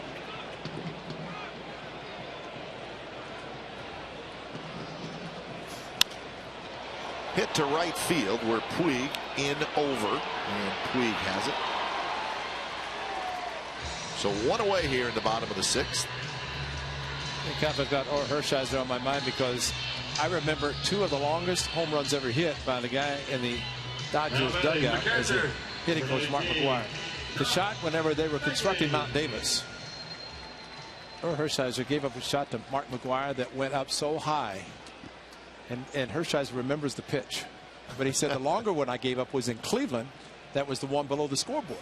It's Hershiser's great career with the Dodgers, but also included. He pitched for a while for the Indians, yes. But Mac took him. Well, who was it? They call the guy did on the YMCA refrigerator, or the icebox, whatever the guy was up there. But Mac, I think, wanted to send a baseball up to him. But the funny thing was how Kenny Lofton jumped like he was going to catch it. It was so high, there's no chance. But Hershiser is a little bit like Jim Palmer because he can remember every pitch that's made to certain hitters. We know Jim Palmer can't. Hershiser remembers every pitch he made to McGwire. Charlie Steiner just throw paper out of the window? Yes, he did. Come on, Charlie. No, we got people. We got 30,000. We got a sellout. Well, maybe he signed an autograph. But watch this. Come on, Charlie. Maybe he was signing autographs, but that's not right. Come on. You know what?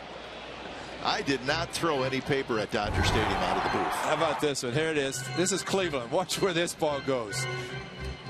Right below the Bud sign. Matter of fact, it might have hit the Bud sign. Brad Fisher coaching first. Look at the shot hit. I think it did hit the Bud sign. It did hit the Bud sign. Those fans looked upward, and that's when they sold out all their games. Curve, and Fegley chased it. Strikeout number 6.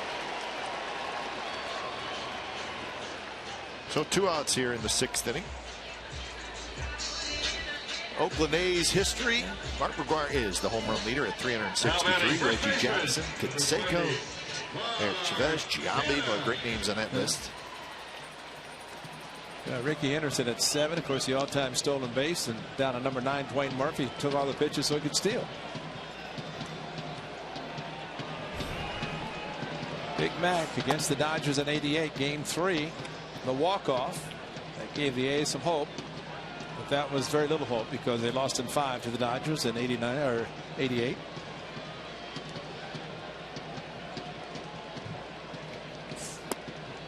Two 2-0 now to Mark Cannon.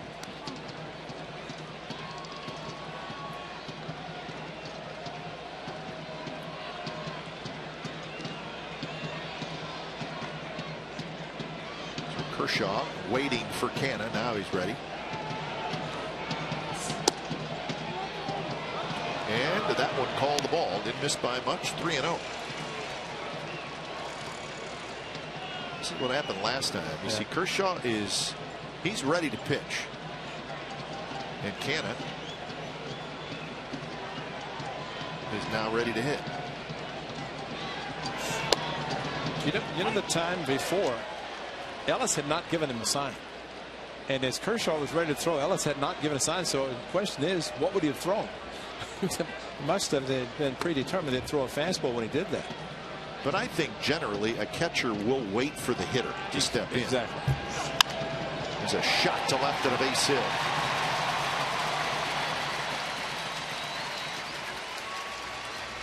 So Canna has a 2-out single, hit number 5 off Kershaw. This is not on the list. This is Jay Howe, I think, pitching here. It was Jay Howe for the Dodgers, and McGuire in the Oakland Stadium in '88, and that was the walk-off. The A's lost the first 2, but the devastating blow was that of Kirk Gibson in the first game, because the A's had the lead, grand slam by Canseco.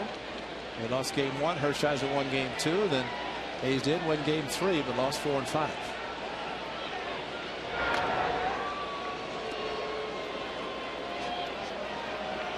That was just like the '74 when the A's won in 5. Split in Los Angeles, won 3 straight here.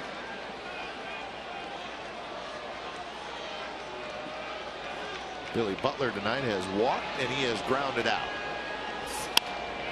Again out in front of that one and hooks it foul into the seats.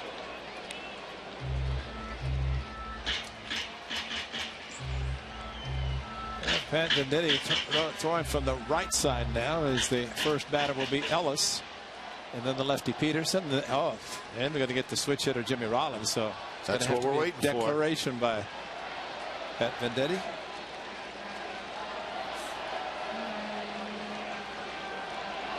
Oh, one pitch. Butler drives one left center field, hit pretty well. Van Slyke at the wall, and he makes the catch.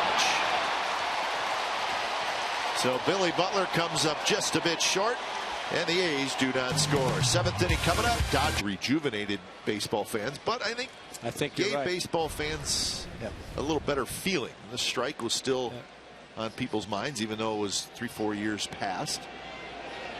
Cal Ripken Jr. probably did more to bring it back, and then what Sosa and McGuire did. So Pat Venditti comes in. When it's time for change, think Speedy Oil Change and Tune-Up, your oil change tune-up and smog experts. Falls behind 2-0 to A.J. Ellis. Ellis has walked twice. He scored the only run for the Dodgers.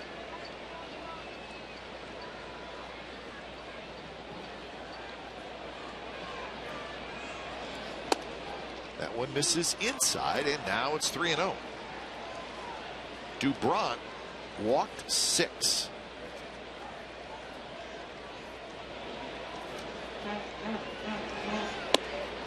Diddy pours that one in their first strike.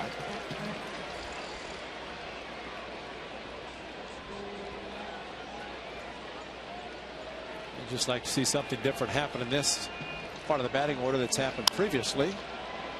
And that would be in the 3rd and the 5th, when both Ellis and Peterson walked. Scotty's got an elevated to bat boy tonight. Scotty's down there. He's not down the left field line tonight. Saw him running some baseballs out to the home plate umpire. Throw strike here. And he did, and it's fouled back.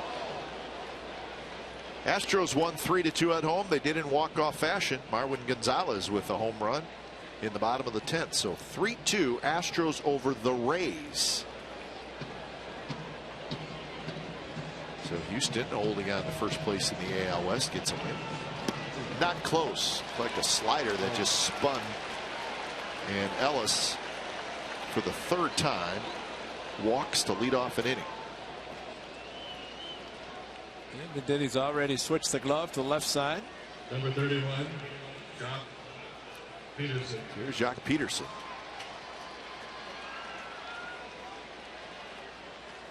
So the Astros now with a 3-game lead over the Angels. Angels playing right now. These Dodgers will be in Houston this weekend, so that'll be a good series.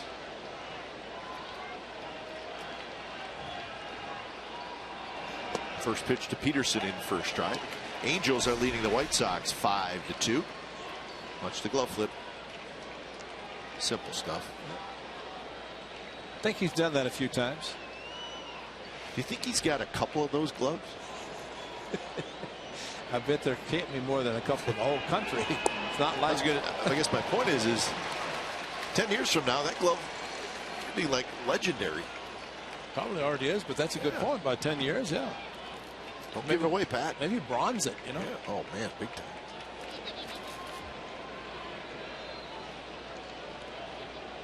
Mizuno. 0-2 to Jock Peterson.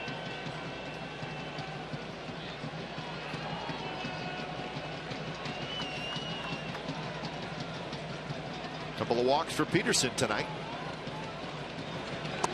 Slider outside. That game in Anaheim, it's Danks and Richards, the pitching matchup. Richards just left, but he leaves with that 5-2 lead.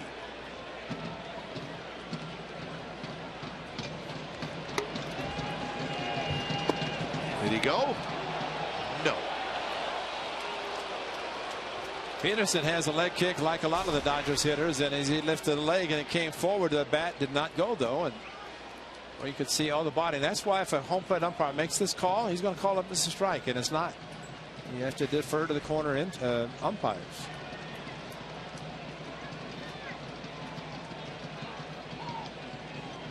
Took off a fastball, going back to slider. And it's popped up. Shallow foul territory. Fegley with a basket catch. So that was a good pitch by Venditti. It got Peterson off balance. He was reaching for it. It was away. Yeah, Jimmy Rollins just looked at the umpire and put up both hands. Said, which way? Is the basket catch by Josh Fegley. So nice play as it got a good breakout from behind home plate on the pop-up, and might have been his only play, or the only play was for Fegley. So Rollins was in the on-deck circle. He looked at the umpire and realized that Venditti, Jimmy Rollins already had the right-handed batting helmet on. And I guess he thought he was going to pitch to him based on the splits. Well, the splits here say Rollins, as a right-handed hitter, is hitting .316. As a left-handed hitter, is hitting .206. Yes. Which has the power. Yep. Maybe. Yeah. Maybe Venditti is. Maybe he's better left-handed. Well, and the other one I remember was Swihart, the catcher for the Red Sox. And he initially had set up to pitch right-handed, allowing him to hit left-handed, and he changed. Remember, before he got up on the mound, he said, I made a mistake, because they had talked about all these before. So hitting left-handed, he's hit 9 home runs, only .206 batting average. But 79 at bats right-handed. I just remember him more throughout his career being a very good left-handed hitter, leadoff hitter, and hitting some leadoff home runs. So 1-2 the count. Kike Hernandez, a right-handed hitter, waits in the on-deck circle.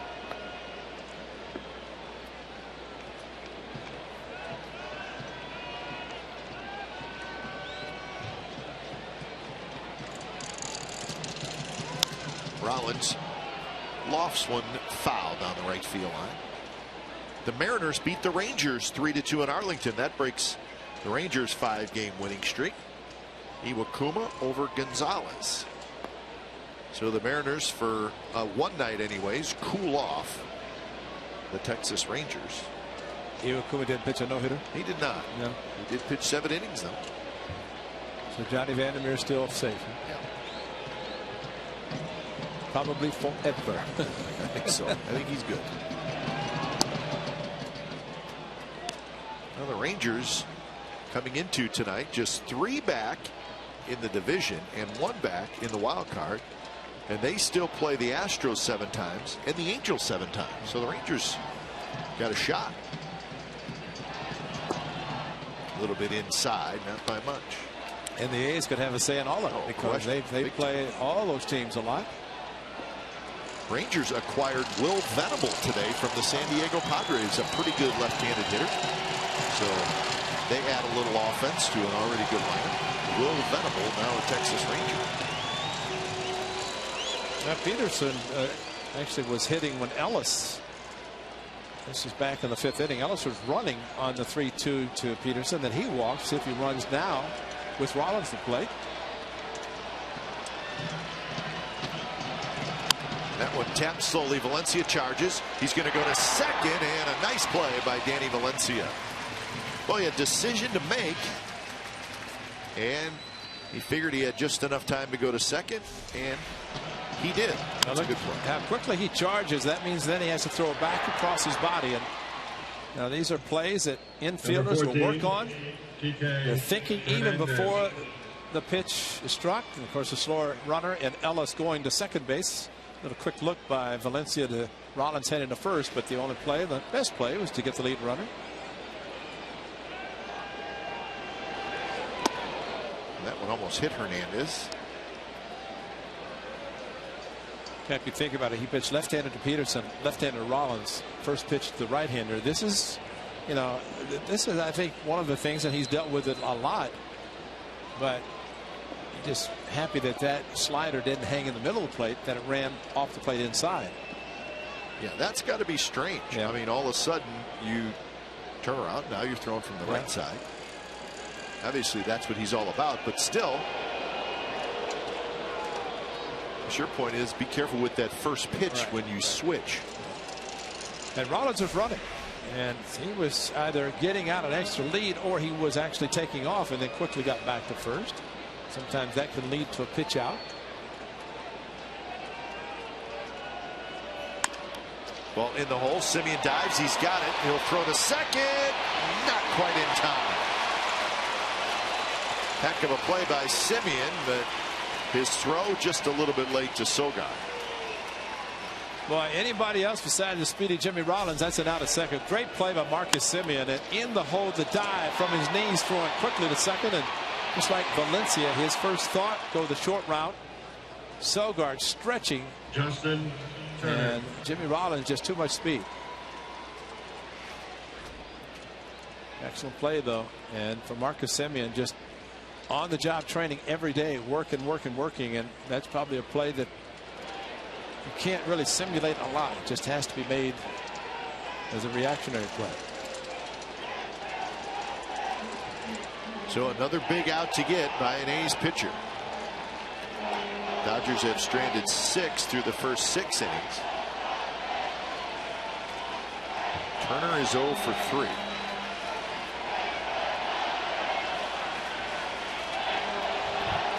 First pitch, tap to Simeon. He's got it. And the out is recorded at second base. Venditti gets out of a jam, and the Dodgers strand a pair. 7th inning stretch from a boisterous Coliseum tonight. It's a 1-1 game. 8 ground ball outs, 4 flyouts. He came in leading the National League in strikeouts with 205. He had 6 more to that total. Reddick, Simeon, and Sogard. And this will be pitch number 90 for Kershaw.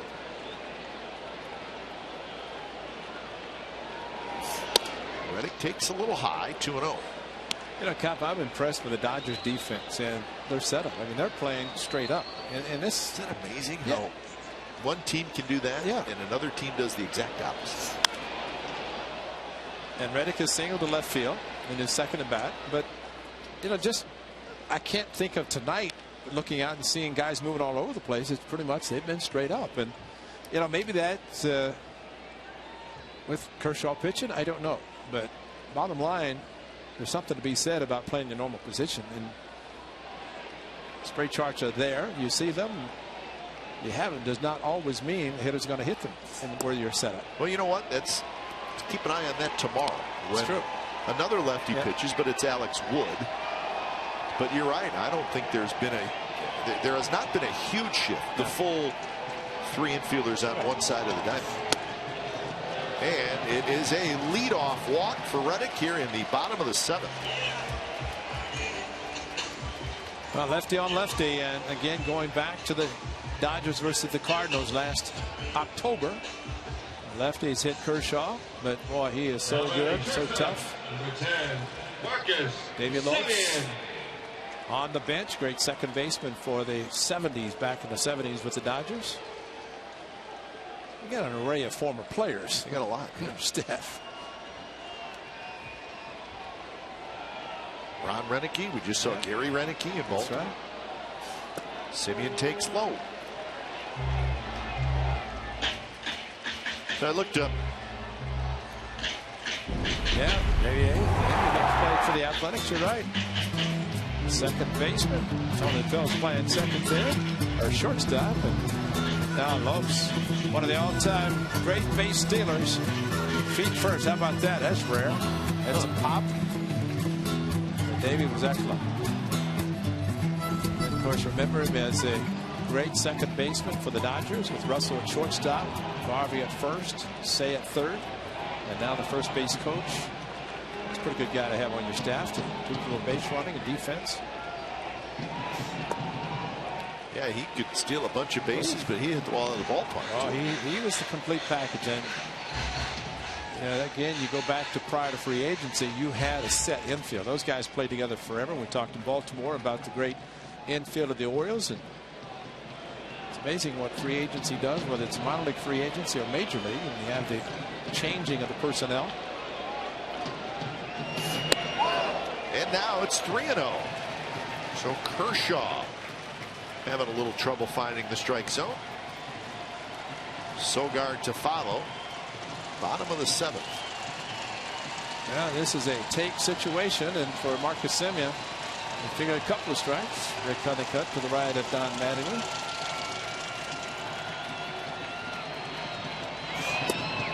And that's a low strike called, 3-1.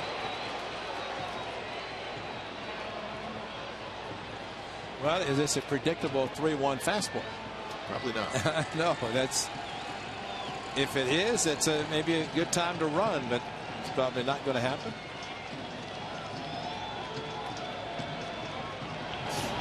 And that one is hit hard to left field.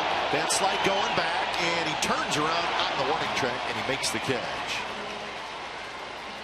So you got a 3-1 count, and Semien hit it well, but into the glove of Scott Van Slyke. 3-1. It's there. The four seam. Good swing. Head down. Great contact. Line drive. Just the positioning again. There you have your normal positioning of infielders and outfielders. And Van Slyke a couple of times tonight made the plays in left field. That one at the warning track. Just as he hit it, there was this huge breeze that picked up. I just wonder if it knocked it down. It did. So here's Sogard. Short lead for Reddick at first. He inches off a little bit. Go ahead, Ray. I was thinking if Semien had gotten on first and second, Sogard's the perfect guy to bunt. Yeah. And again, as we talked with certain lineups, depending runners on base, who's hitting, unlikely guys will sacrifice. But in a close game, Sogard would have been the perfect candidate, first and second. Not now, though. So Sogard takes a strike. He is grounded out and struck out. Fernando Rodriguez throwing in the 8th bullpen. And just now have action for the Dodgers, Pedro Baez. Sogard lays off that breaking ball. So I looked up the Kershaw contract, Ray. Remember, he signed that huge contract before the 2014 season. It's a 7-year, $215 million contract. Runs through 2020. It's about average of 30 plus a year, right? That is something special. But you've got the breakdown, which is even more special. Wow. 1-1 pitch, and that's a strike. The first year of the deal was last year, and don't know exactly what he made, but it wasn't up to the average of the contract. But this year he's making $32 million. Next year, 34, and then after that, 4 straight years of $35 million a year. I hope he can get by with that. Man, oh man. What would you possibly do with that money? Well, what you get to do is every time you make a start, you figure there's $1 million. And you hope you go 7 to 8 innings to justify that. No, but he's justified, I guess, in today's world of salaries in baseball.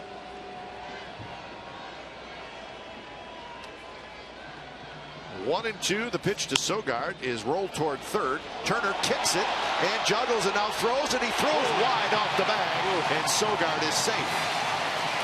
Oh, he came so close to having a run because you could. The ball was squibbed off the end of the bat, and you could see the spin and how Turner was going to have a tough problem with it. And then he panicked once he missed it. And double clutch, and he almost. I mean, Gonzalez is a great first baseman. That ball could very easily been to the visiting bullpen, and Reddick could have scored. Sogard maybe to third base. What a play by Adrian Gonzalez at third base. See the spin, hit him in the heel of the glove, and then panic, double clutch, and then fired a bullet way offline. But you could see off the bat it was going to be trouble for the third baseman.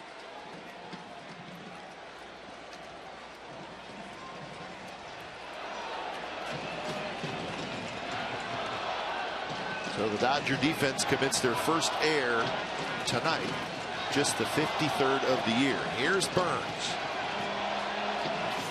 And Burns goes after the first pitch, fouls it straight back. Burns a single, a strikeout, and a ground out. He's looking for an RBI hit. And in the future, I want, when Burns comes up, just push a button because it's going to be recorded, and he goes after the first pitch. That's right. Because that is about as automatic as we'll ever see in a hitter. But he's gotten so many hits. Stay with it. The curve stays high. You know, Ray, one more note on the Kershaw. We're having fun with how much money he makes, but he's considered one of the classiest players in all of baseball, and he's extremely involved in the community. Philanthropy. Big time. Big time. So he's doing the right thing with the money he's making. No, that is the best part. I mean, you hear about all the great things that he does in the community, and it's not as if he's taking it and putting it in his own pocket, which got a lot of that too, but he's also sharing the wealth, if you will. He and his wife. He'll be 32 years old when that contract runs out. So in line for another one. He'll be all right. Yeah. But the A's got him on the ropes here in the bottom of the seventh. He's thrown 105 pitches. Reddick at second, Sogard at first, ready to take off, and a swing and a miss on a high fastball, 92 miles an hour. Right over the top, elevated the fastball, maybe intentionally. Billy Burns, originally a right-handed hitter. That's was his side from the beginning. Then became a switch hitter late, left-handed hitter. 2-2 pitch is grounded just foul. Right past Ty Waller.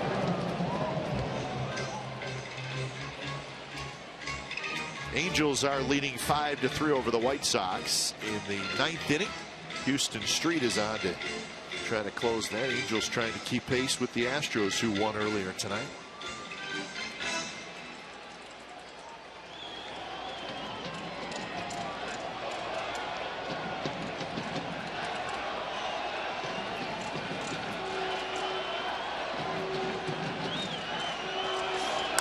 Two, little curveball popped up, and it'll drop foul.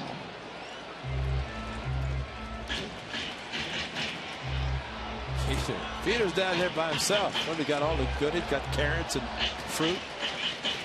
It's great Pete Alonso. It's kind of like the great late Bill King. Brings food, but you never want to share it because you don't want any of what he brings. Yeah, Pete always has a bag of food, but it's some strange looking food. Yeah, you don't want any sharing. Have him share it with you. No, you eat it, Pete. Burns just got a piece of it, rolled it foul. One of the things about Kershaw, it's kind of interesting with his stretch position, but when he settles down with the ball in the glove, it's kind of back a little bit on his left shoulder. You know, a lot of guys will bring it down to the set position of the waist, but the uniqueness of his stretch and his windup, everything, throwing the balls in the side when he doesn't want them. But I'm sure he's got a good reason for doing that. I'd be curious to see what it is. It's almost like he's set up to quick pitch, and he's already in the position to throw. But watch, see the LES on the Angeles as it comes high, and then he settles down. Watch where he settles with the glove right there. See how he turns it? And a big curveball, and Burns swung over top. So Kershaw gets a big strikeout, number 7. You know, whatever he's doing, it works because he's pretty good. But it's like it's in that position, and whenever he drops a leg out of the stretch, it's kind of a slide step all the time, but it's almost like he's loaded up to pitch. The whiff percentage. Wow. Off-speed pitches best in the big leagues. So let's say, I mean, we saw his fastball. It's 92, 93, so it's not, upper 90s, but I think it sets up that other stuff so well.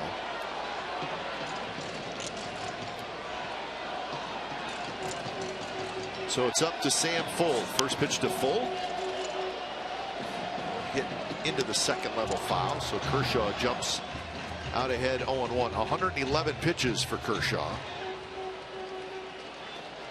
123 is his season high.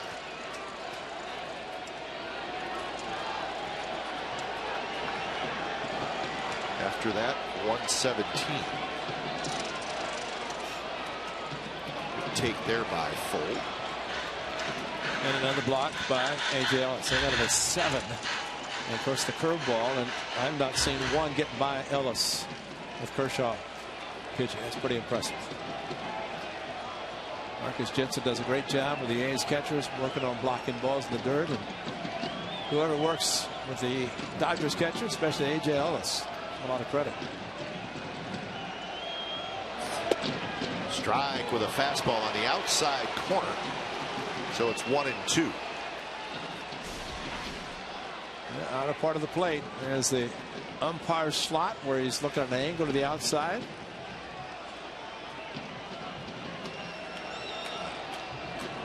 It's the average pitches per game, 103. And Sam Fuld laid off the fastball. Just feel like in that bat against this guy, you're just fighting him. You're just fighting him. Well, you look at the outfield, they're shading him. Well, left fielder, that's like way over, almost near the A's bullpen, and figured if he makes contact, it's going to be a pitch away, and he's going to shoot it to left field. And a big curve, and Fultz looked like he saw it pretty well, and just got a piece of it. Well, this one kind of hung on the inner part of the plate for Sam Fuld, and that's a mistake that Kershaw got away with.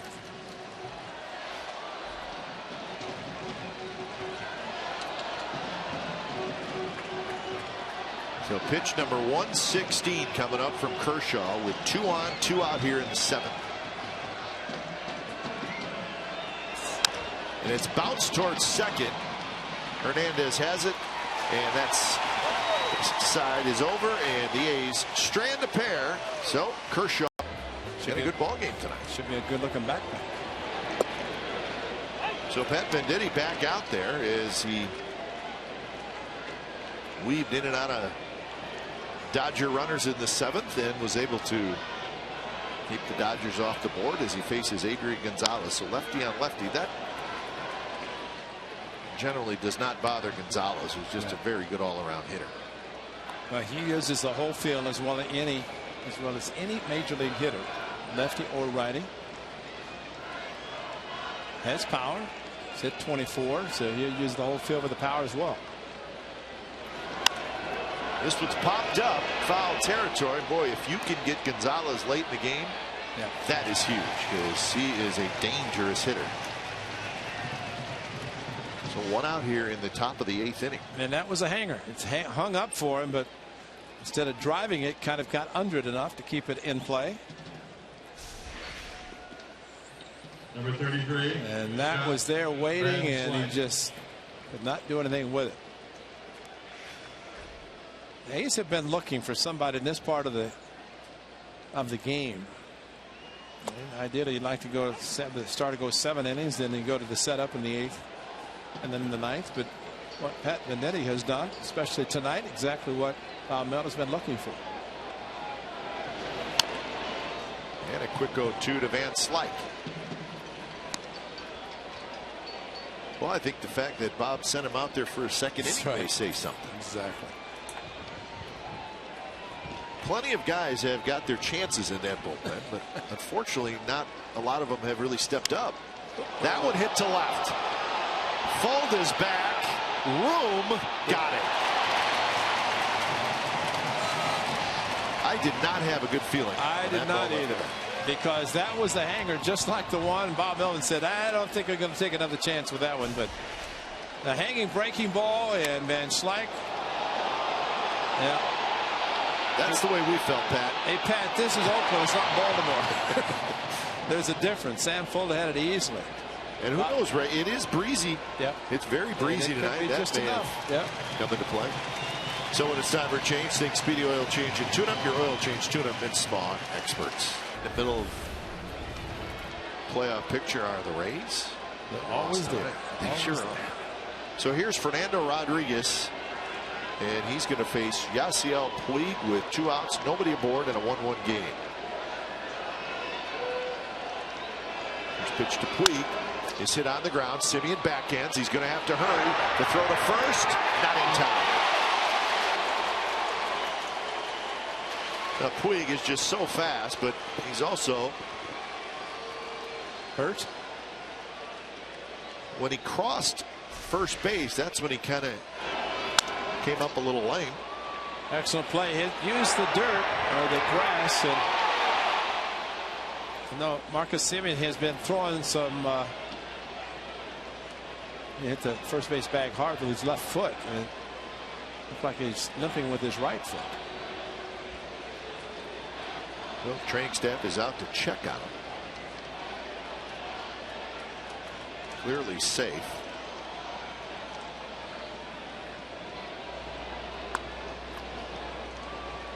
Running okay there. He's running okay there. He's running. A big good race between he and Mike Trout. Oh yeah. Both big guys. But he was running hard for 90 feet. I don't know what happened after he crossed the bag and grabbing his back of his hamstring, the lower part of his hamstring.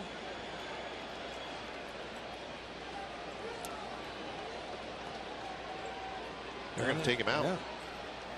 Carl Crawford is going to come in. He may be just as fast. So Puig will leave.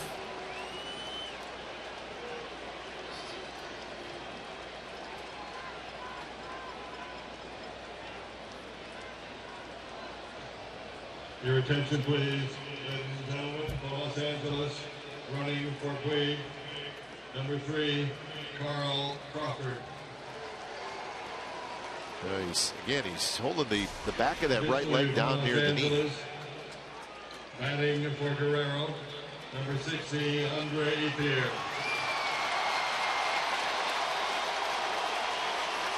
He's just telling fastball.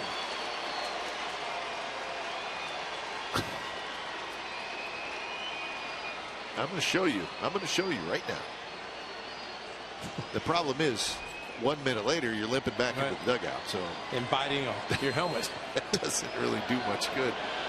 This is Andre Ethier hitting for Alex Guerrero. Ethier, dangerous left-handed hitter. First pitch, a little bit low. I think Todd Tishner thought about calling it a strike. Isn't that amazing? You see this lineup tonight. You go to the 8th inning, and all of a sudden, here comes Crawford. Here comes Ethier. Wait a minute. Why aren't these guys playing? But that's one of the dilemmas for the Dodgers. They've had so many outfielders. Jack Peterson had stepped in, and Matt Kemp was traded because of him. Peterson's playing center. Then you got a crowded outfield. But Fernando trying to get through this inning. First 2 outs by Pat Venditti. Infield base hit by Yasiel Puig. And now it's 2-0. The Dodgers will look up at the scoreboard. The Giants won tonight in St. Louis by a final score of 2-0. So right now it's a 2.5 game lead for LA.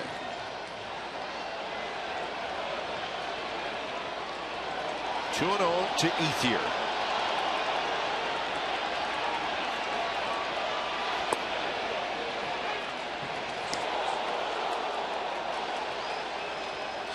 2-1.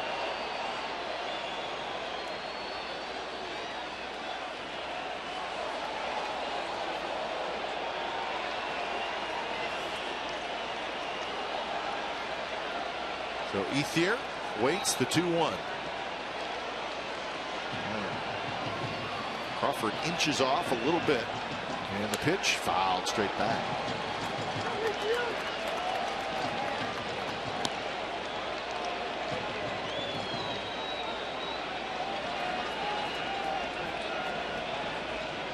So 2-2.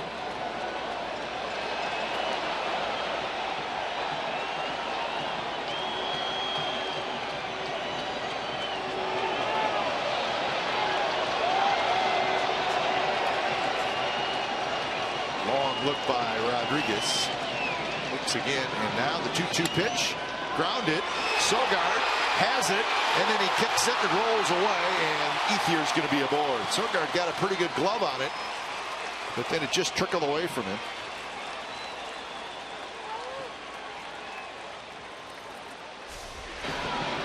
Sogard ranging far to his left and went to the spin, wanted to come up quickly and throw. And just no chance. Ethier still and does run well. Sogard got it on the heel of the glove, and it's something about the outfield and good angle, but going into the slide lost it. So Kurt Young trying to get his hard throwing right hander through this tough part of the lineup and get back to the dugout. So seems we've said that every inning. I know. Amazing. This started with 2 outs on a 1 ball that looked like it was going to end up a lot deeper than it actually did.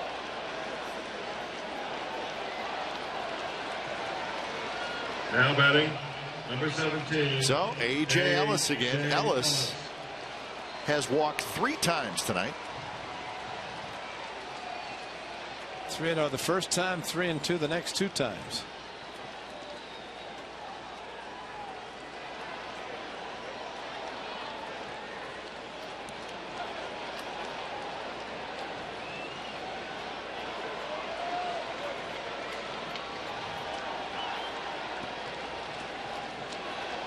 Crawford, Ethier are your runners. First pitch to Ellis, hit high in the air to left field. Fold is going back. Gone.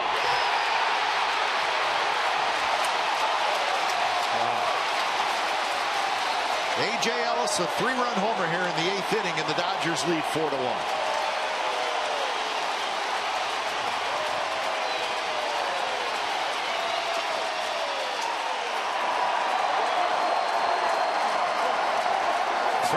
And a 3-run home run.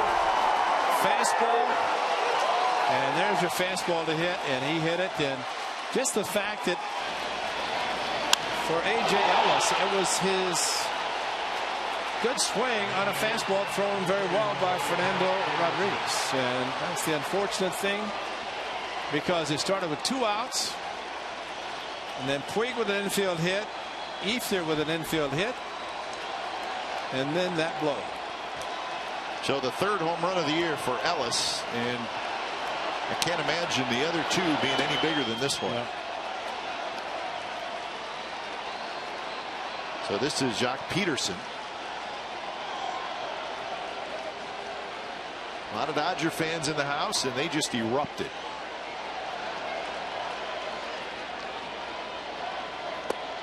Good pitch there. 1-1 the count. Peterson has walked twice and fouled out.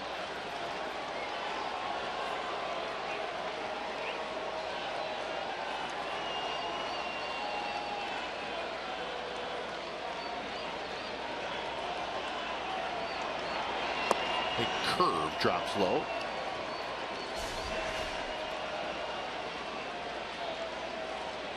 Well, it's Kershaw's game to win now.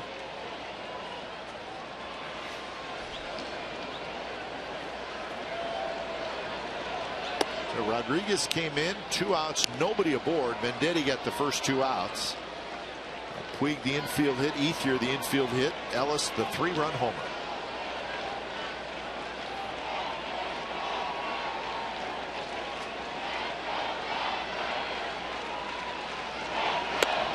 And that's not close, and it's a walk.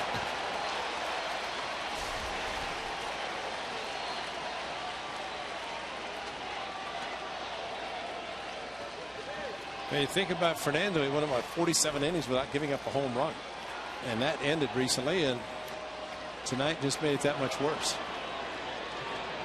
Number 11, Jimmy Rollins. So Rollins will step in.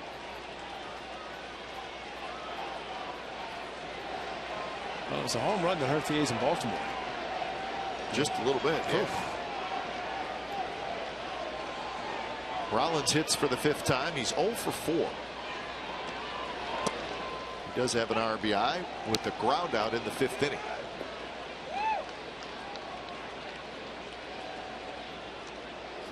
So 8 walks now by the A's, and the A's have been messing with fire all night. Ray, and it finally got him, although this was not walks. But and amazing that only 1 walk had scored, and that was Ellis on a ground out by Rollins back in the 5th inning. Dubront allowed just 1 hit, and that was a hit that shouldn't have been a hit. That was the one in the 2nd inning, fly ball to left field. But a lot of walks. It got out of the jams, but this inning has not worked well for the A's as far as getting out of jams. It all started with 2 outs. Hit high and foul. So 0-2 to Rollins.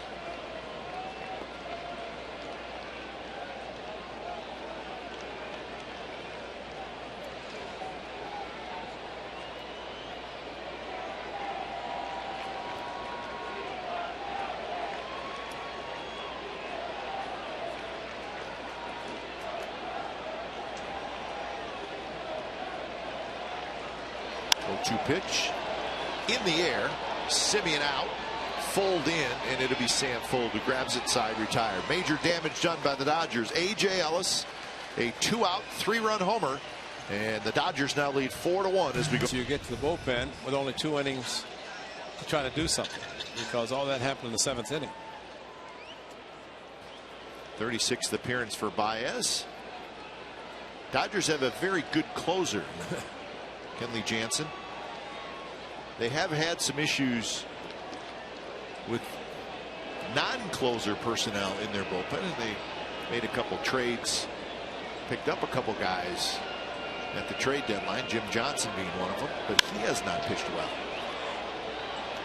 Well, they got some power in this kid. Baez can throw upper 90s.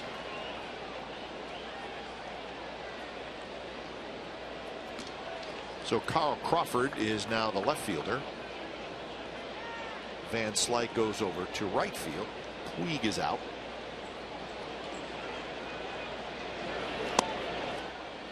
One and one the count to Danny Valencia, who is 1 for 3. Strikeout, single, and a fly ball to right field.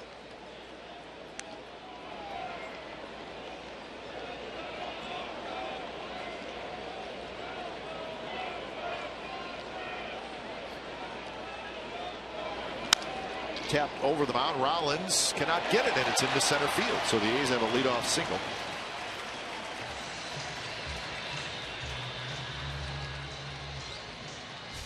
So hit number 6 for the Athletics. Good fastball. Then he threw him a slider, and Valencia running hard this time, thinking he's going to have to beat out an infield hit, but it made it up the middle.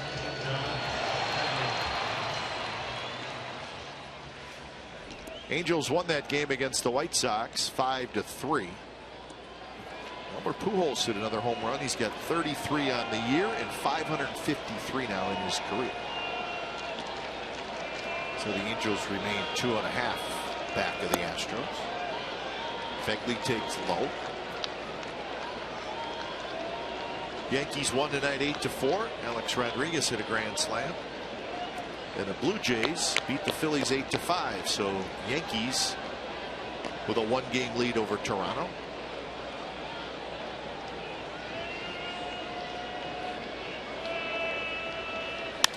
Fegley, good swing, right side foul. Mets beat the Orioles 5-3. Couple of home runs for Curtis Granderson.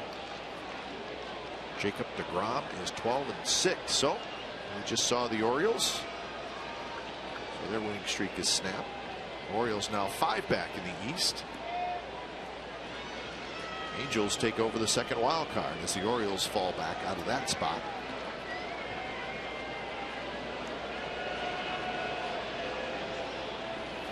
Fegley shot to the gap. And that's headed to the wall, and it bounces off the wall. Valencia is going to go to third. He'll stop there. Fegley with the double, and the A's got something going here in the bottom of the eighth.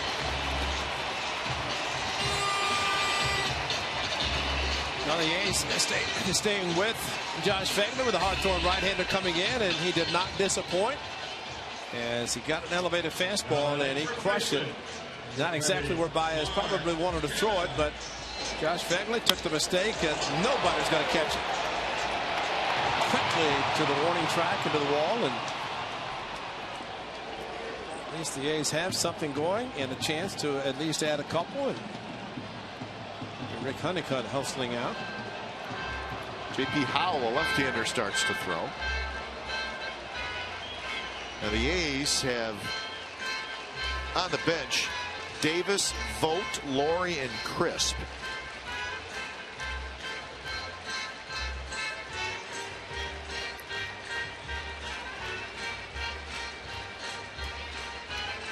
Howell just now starting to get loose.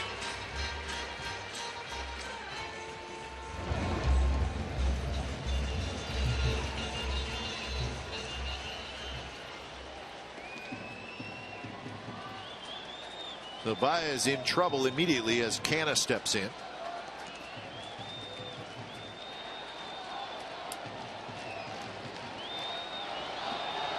Canna's had a good night, couple of singles. He scored a run. He scored the A's only run in the second inning. Butler is the on-deck hitter. First pitch is driven to right center. That's hit pretty well. Peterson on the move. Nobody's going to get it. One run scores. Here comes Fegley. He's going to score. It's 4-3. Canna with a two-run double.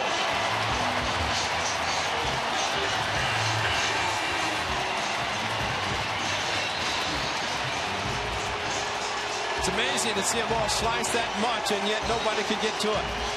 And Mark Canna with his third hit of the night, 2 against Kershaw, and this fastball jumped on the first pitch, and once again going opposite field, and once again hitting it deep enough nobody could get to it. And Schleich had the ball slicing back, not enough time. Gaggs said, let's go.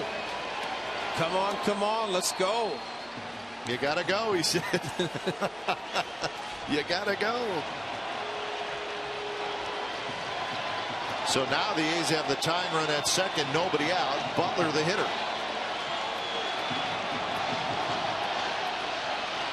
First pitch, Butler shoots one foul right over top of the Dodgers dugout. It is a sellout crowd tonight, 35,067, third sellout of the year, and they have seen a good ball game. And congratulations to those fans. Tuesday night sellout. I don't care who you're playing and what the giveaway is. You sell out a Tuesday night in late August or mid-August. Butler up the middle.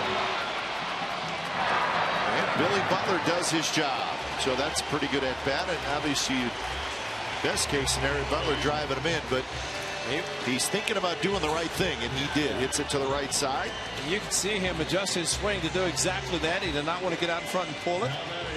And Don Mattingly is going to go to his left-hander with Reddick coming up. But watch the swing by Billy Butler. Stay inside.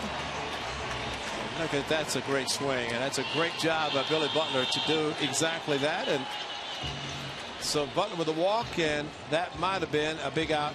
You're going to see it tonight. So when it's time for change, think Speedy Oil Change and Tune-Up, your oil change tune-up and smog experts. Howell coming in to face Reddick. 1.59 earned run average. He's pitched well, but he's a soft tosser, as they say. And for lefty on lefty, Josh Reddick, we've seen him go to left field, the infield straight up, outfield straight up. Let's see if Josh Reddick takes that off-speed pitch, breaking ball away from him, and shoots it to left field.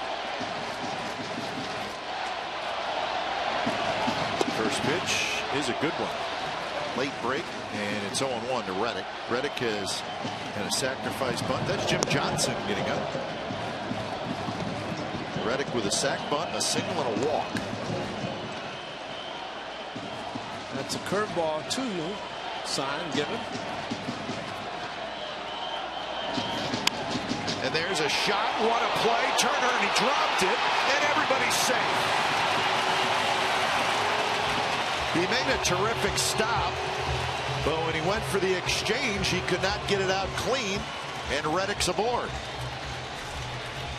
That's a huge break for the A's. Josh took it perfectly and could not get it past Turner, but I don't know. He's looking at the runner at third base to see if he's going to be doing anything. When he looked up and made the transfer, that's when it popped out of his glove. Cannon was not going to go. Actually, he pointed to Turner saying thank you because he just saved a rocket going to left field, and it could have been a game-tying hit by Josh Reddick, whose idea was perfect with the lefty. So they may be giving Jim Johnson a little extra time. He has not been warming up a long time. Johnson's a sinker ball pitcher, as we remember. And former closer with the Orioles, brought here to close, didn't work out. On deck hitter is Sogard. So Howell's going to face Simeon. Yeah, Marcus has to stay back just like Reddick did, and they're shading him up the middle just for the possibility of a double play.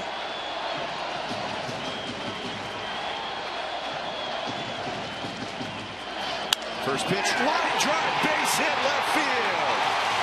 And this ball game is all tied up at 4. First pitch, why wait around? He got one right down the middle. This excellent hitting by both Reddick and now Marcus Simeon. Got the changeup, stayed back, and this is just very good scouting and also great approach by the A's hitters. And this is just something that's going to help in the future, and you're seeing it right now with Marcus Simeon. Big at bat, grounded out his first at bat to get a runner in and get another one to third base, and this is perfect. So here's Sogard.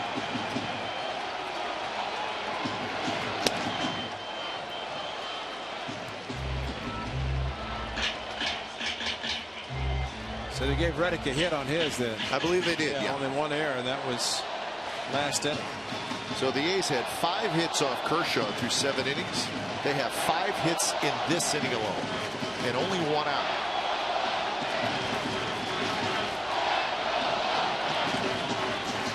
Sogard pops up a breaking ball. Should reach the seats, and it will. Kershaw scattered 5 singles. 1 in the first, second, third, fourth, and 6th. 1, 2, 3, 5th inning, but those singles really, except for the first or the one in the second inning, Cannon, you don't want to score. Rott, no decision. Good job by him. Same for Kershaw. It's a bullpen's game. Baez, a tough night. Gave up all 3.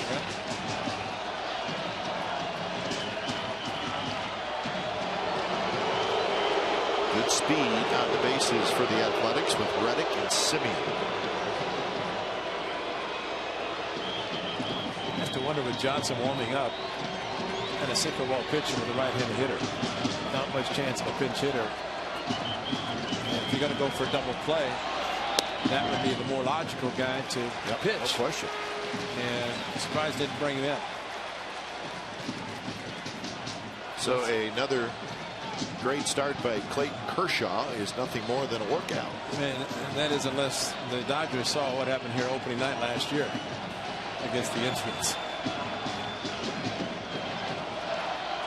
And that didn't turn out very well for one Jim Johnson. It's a bad beginning for him. Right in there, and it's 2-2.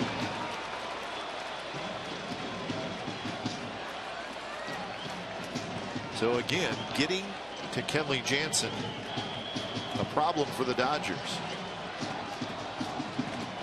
Evan Scribner heating up for the like the 9th inning.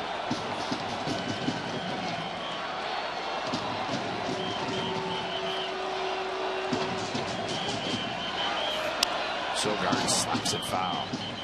Interesting thing about Evan Scribner, when they say the 9th inning, right now it's a tie game, and the closer usually comes in the 9th inning in a tie game to get your at bat back to the bottom of the 9th. So the ever revolving closer role for the Athletics, and Evan Scribner, who has had the opportunity and the minor leagues and prior to coming into the Athletics, and looks like he's going to have the ninth regardless, and it's a good sign. He's got good stuff, good enough to do it. A's would love to have the lead for him to come in the ninth inning. A little high, and now we got a full count. Very good at bat for Sogard. He is working Howell. He is doing exactly what Josh Reddick did, just trying to wait, think opposite field, and you never want to roll over on a pitch from a soft tosser. J.P. Howell does not touch the 90-mile-per-hour mark with a fastball. Runners go, and the ball's grounded fair right over the bag, and Gonzalez grabs it, so that's the second out. How close did that come to hitting the bag? That's what would have been so nice, because the two runners were on the move, so confidence of that man, Bob Melvin, that Sogard is going to put the ball in play, because you had lefty on lefty, and always easier for a catcher to throw. And Mattingly's going to go out, and he's got to bring in Jim Johnson, turn Billy Burns around left-handed. Let's just hear what is going to happen. And it was sad opening day here last year, and they're already starting. So when it's time for change, think Speedy Oil Change and Tune-Up. Your oil change tune-up and smog experts. So Jim Johnson to face Billy Burns, second and third, 2 outs, and this game is now tied 4-4. And Billy Burns bounces it foul. Broke his back. Jim Johnson came over in a trade from the Atlanta Braves to the Dodgers. Johnson was pitching okay with the Atlanta Braves, but he has not pitched well for the Dodgers. 6 appearances, 5 1/3 innings, and 12 earned runs. That's right, folks. I'm not making that up. And of course, struggles with the A's last year, especially here at home. Lots of good years with the Baltimore Orioles, but just could never get it going here with the Athletics. Well, it was just a tough opening night, and that kind of started everything, but it really never got better for him. Never after that one. Burns is 1 for 4.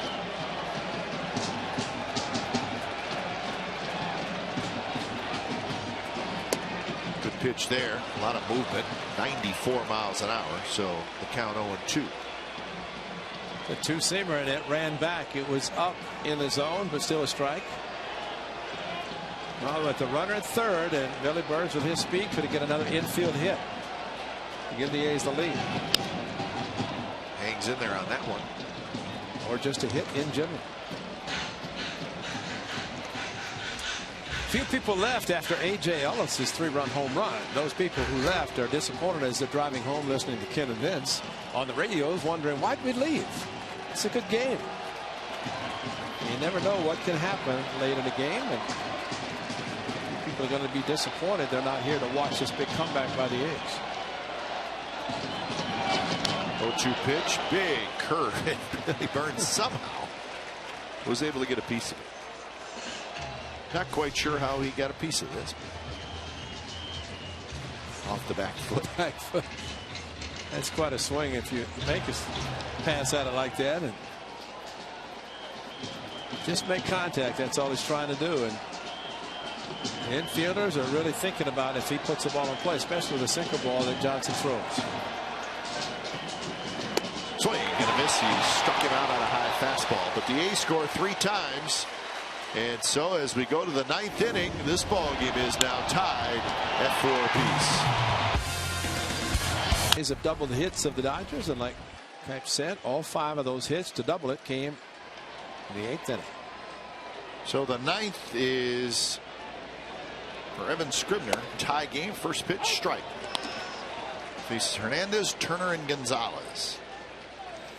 And it might be a bod for Gonzalez right now. Adrian in the 3rd spot. A couple of righties, and then a lefty. And Sogard cannot quite get it. Missed over the outstretched jump of Sogard. So Hernandez has a leadoff single here in the 9th inning. Cut fastball into the bat. Sounded like a broken bat. Looked like Sogard might have a chance to get to it, and he headed back and just hit hard enough and just over the glove of Sogard. Wow. Let's just hope the A's weren't teasing everybody and down 3, score 3, and can't get the hit to drive in the go-ahead. And Fernando Abad getting loose. Turner up. Gonzalez the on-deck.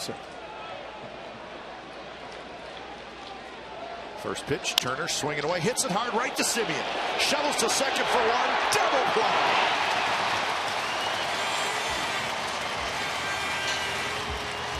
It was tailor-made, hit hard. Took a nice hop for Simeon, and it was an easy double play. And that's what the cut fastball can do for a pitcher. The one that he gave up the base hit off the end of the bat, but this, the perfect one right to Marcus Simeon. And going out of the baseline actually was Hernandez going after Sogard, so it probably been a double play regardless if the umpire was paying attention at second. You have to be able to reach second. He could not, but the A's turned it easily.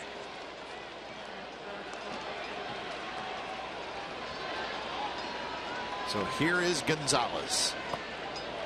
I don't think Eric Sogard was all that crazy about that slide. Nope. A little glance back to Hernandez. And well, you're just hopeful if you don't turn the double play that the umpire is paying attention, because that's automatic double play.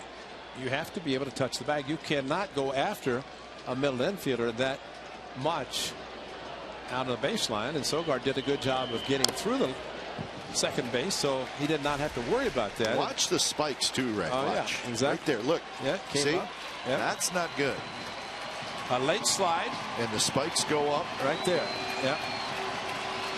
They got him with the foot, and again, the umpire should have been pointing at it, even though the double play was turned. So 0-2. Big curve. This time Gonzalez lays off, so the count 1-2. In the bottom of the 9th inning, the A's will have Fold, Valencia, and Fegley. It'll be either Garcia or Jansen.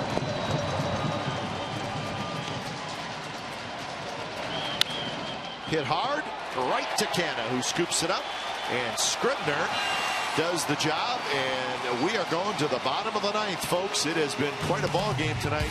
4-4 game. Another hard-throwing right-hander. Mid-upper 90s fastball, good cutter, save opportunities, not good. 1 for 6. Of course, you're not the closer. You can come in tough jams and blow a save, but A's would like to score a run and make this a very exciting come-from-behind win.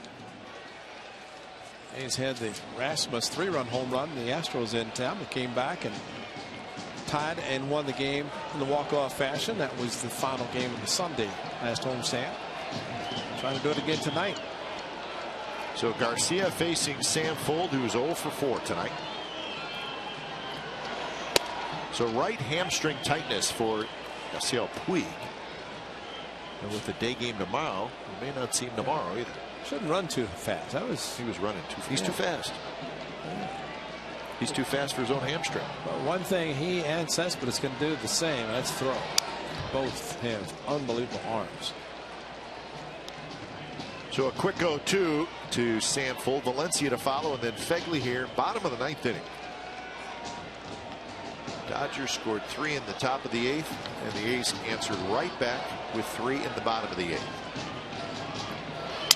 Sam Fold, broken bat, grounds it towards second. Hernandez has it, 1 out.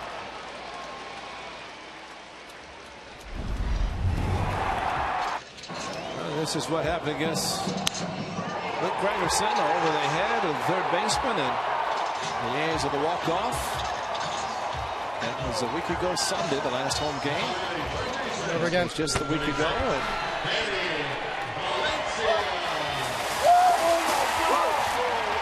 And Frank down there trying to keep the headphones sharp, huh? Frank trying to avoid being doused and keep the headsets going.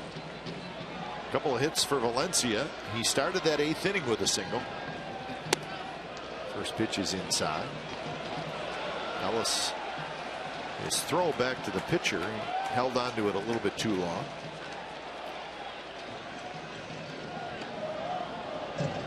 Luis Avilan, another deadline acquisition by the Dodgers from the Braves. Valencia, a little bit of a hanger, and it's 1-1.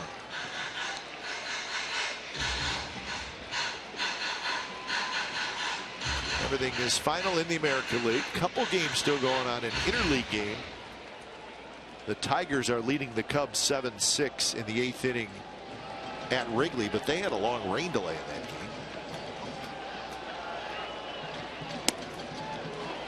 Breaking ball, very close. Call the ball 2-1.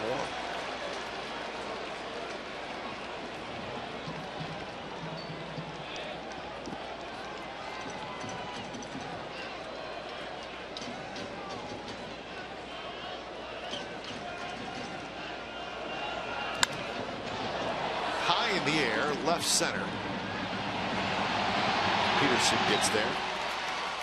And the hanger just missed. Yep.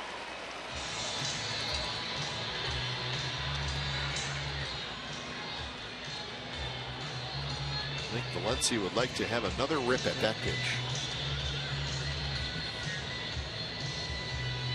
Now batting the catcher, number 19, Josh. So here's Fegley with 2 outs. Try to get something going.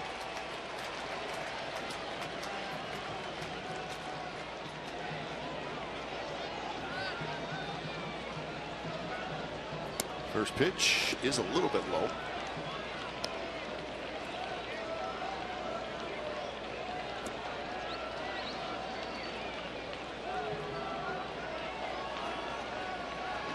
Fegley 1 for 4 with a double. And a big double in the 8th inning. It got runners to second and third with nobody out. High fastball. That's I don't care if you're facing lefties, righties, you get a pitch in the middle of the plate. It's about belt high. Most hitters are going to hit it as hard as he did. 2-1 the count. If he were to get on, Canna would hit. Canna's had a big night.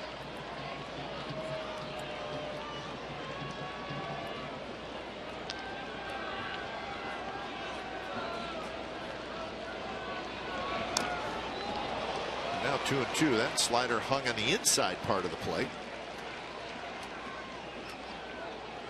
And a piece of A.J. Ellis. A big piece. Got him in the left arm. You got the chest protector, sweatband, the glove on his left hand, and it missed everything except for skin.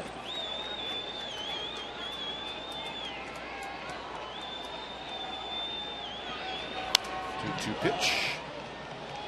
And we'll do it again. 10 hits for the A's, back-to-back doubles, Fegley and Canna, and that's really the difference in the game.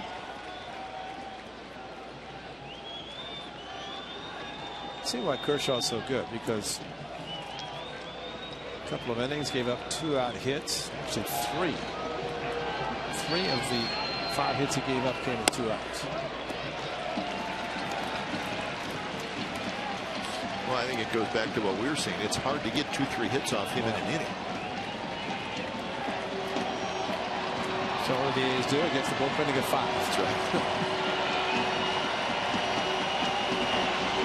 Fegley missed the slider on 3-2. Side retired. We're going to extra innings here at the Coliseum. It's a 4-4 game. Aids aren't cold.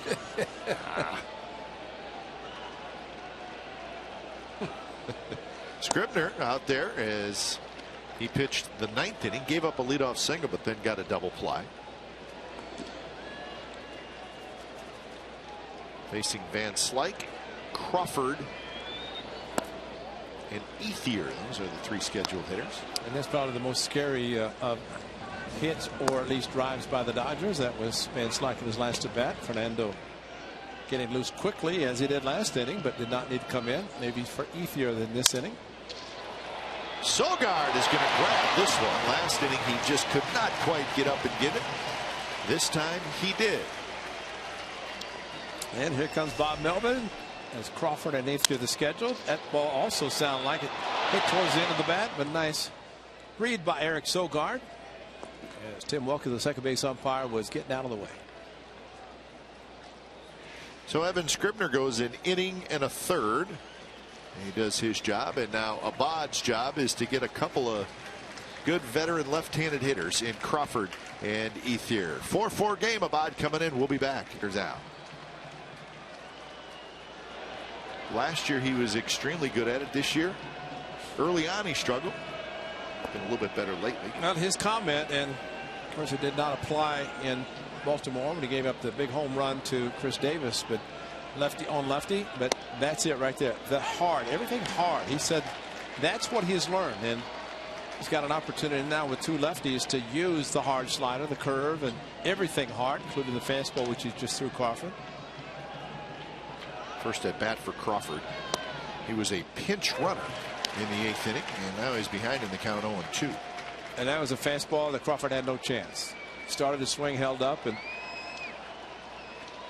got waited to get in. The A's would love to see him just stay right there. Yep. That's not the guy you want to see. No.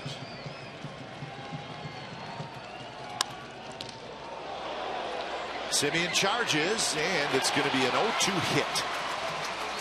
And once Abad got his glove on it and didn't catch it, there's no chance to throw him out. Crawford runs too well.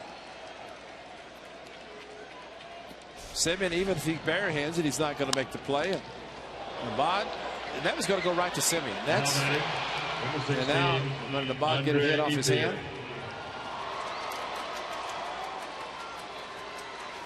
Or might have missed his glove and hit his wrist.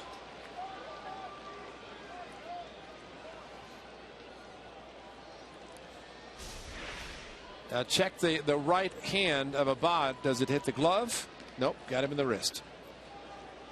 That'll hurt. Yeah, he went down to catch it, and it hit his wrist, and that's the reason the attention's being paid to him.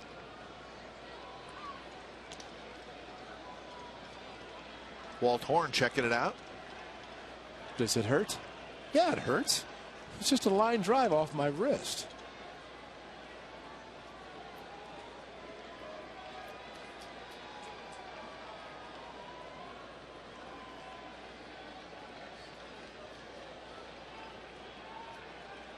Look at Walt. Walt's like the pain whisperer. He'll just talk you right down. You'll be okay. Walt's got his walkie-talkie on there too, just in case he needs to call for assistance.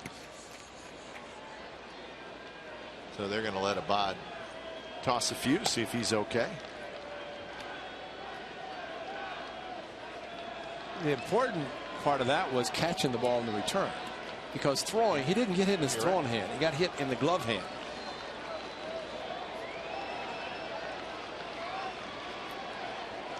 But still, it's PFP again. It's very difficult to handle a ball that's hit that hard. You don't know, and reach down. And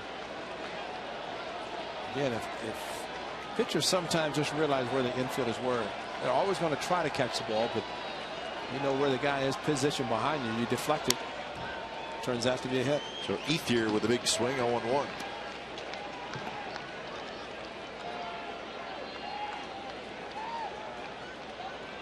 Ethier had a base hit right before A.J. Ellis' 3-run homer.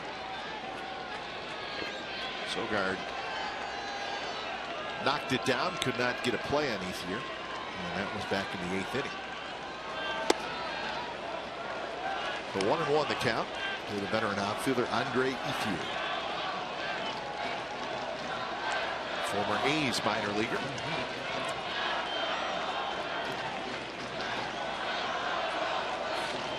Keep an eye on Crawford.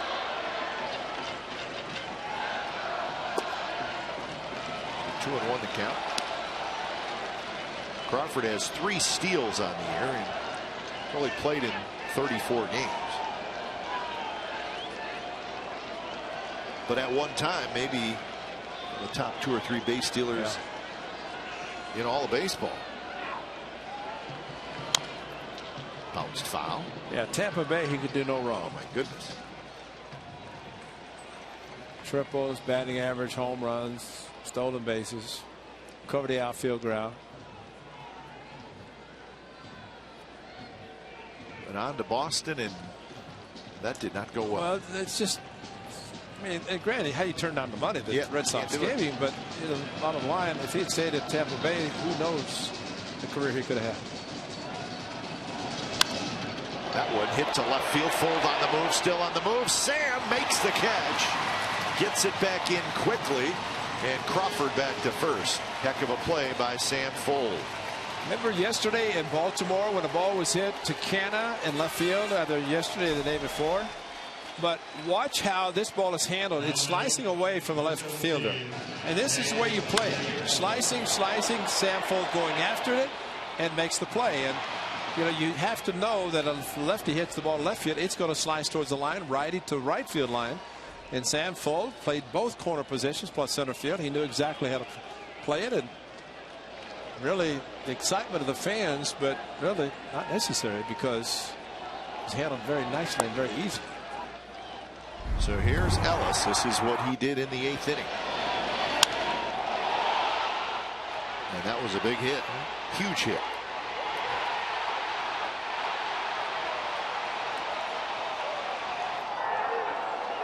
So at that time it was 4-1, and it did not look good for the A's, but they answered back immediately.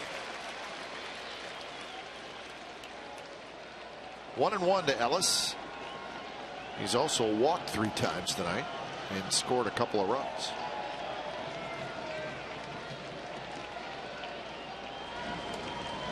So Otero starts to throw. A.J. Ellis, not the everyday catcher for the Dodgers. Yasmani Grandal, very good player. Gets most of the time behind home plate. And again, Mattingly left Ellis in after Kershaw was coming out. Righty on righty, hits a home run. Yep, that's right. Instead of bringing Grandal in. That's the switch hitter. Same Fengley with the big double he got off the right-hander with Stephen Vogt in the dugout. Outside, 2-2. Looked like it may have been off the plate just a little bit.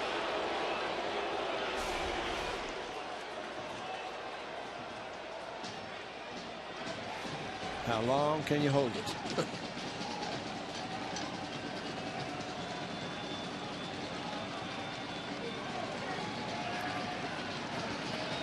Two and two.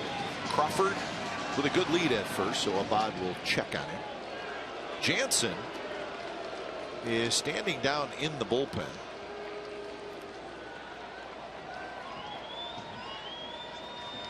So he's ready, whatever happens. The Dodgers had yesterday off, and they have Thursday off. Really emergency swing. Well, it's not often that a closer comes in a tie game on the road. No, hardly ever. Yeah. It's rare, depending on the part of the batting order. We've seen closers come in, and of course it's righty lefty for the Athletics, due up in the 10th. You have to figure if he's going to pitch one, he'd need to pitch two. That's right. And that's again with the off day yesterday and Thursday, as you mentioned, that's a possibility. Fengley got hit pretty good, but he's okay. Just shake it off, get the cobwebs out, spit the teeth out, and go get him. Something like that. I mean, the way he shook his head, and you feel it. And it looked like he felt that one, but well, look at all that padding around the face. He like that mask. Another 2-2 pitch. Changeup is outside.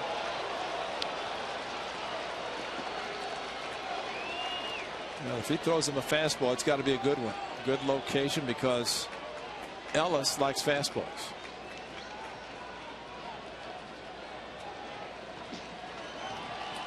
So be careful here. Runner's going to be taken off. That'll be Crawford.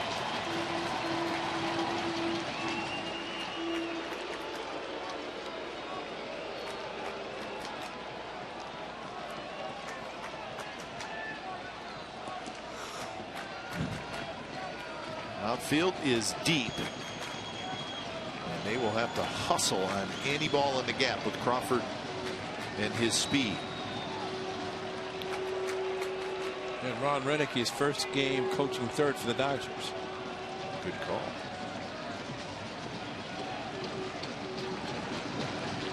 And it's low when he walked in.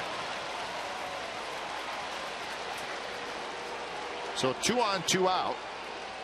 And the left-handed hitting Jock Peterson is going to hit. So A.J. Ellis has walked 4 times tonight. And I got 9 walks now by A's pitchers. Yep. Now having number 31, John Peterson. So here's Peterson.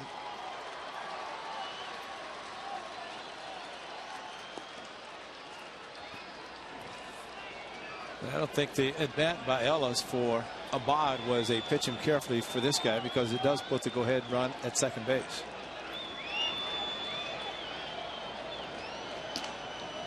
And we know he swings hard. First pitch in the dirt.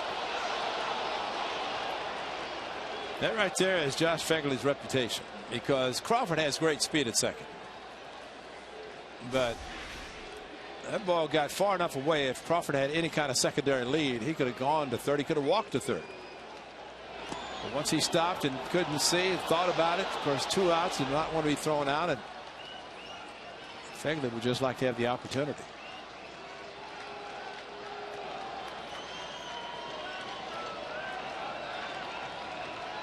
One-0 pitch, and that's a good one. Right on the outside corner, 93 miles an hour.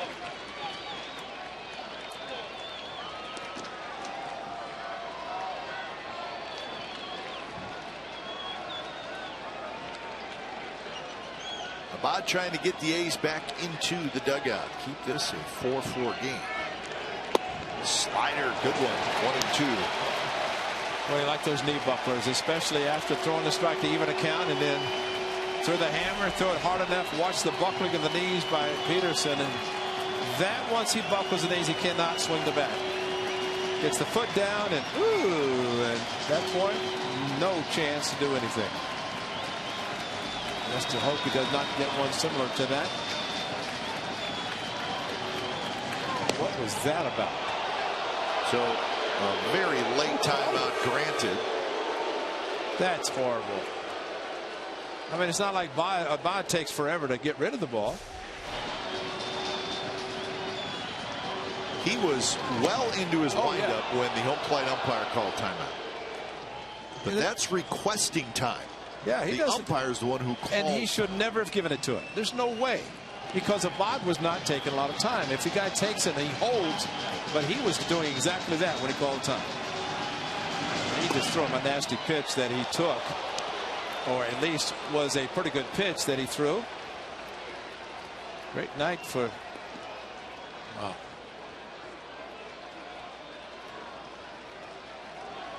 So the count is 2-2.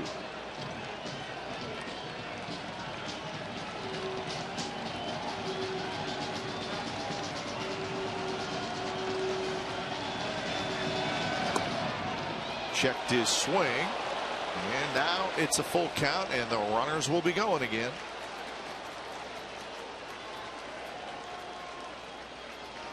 You see Fegley letting his infielders know you got to go across the diamond with your throw to first base. Here's a time if he throws a slider or curve, throw it hard. You want a hitter to commit. He's throwing a fastball. And he got it with a fastball right there in the outside corner. Strike 3 called, and Abad wiggles his way out of it. A couple more runners stranded by the Dodgers. Bottom of the 10th coming up. Canada. That's a double off the righty in this game. Baez.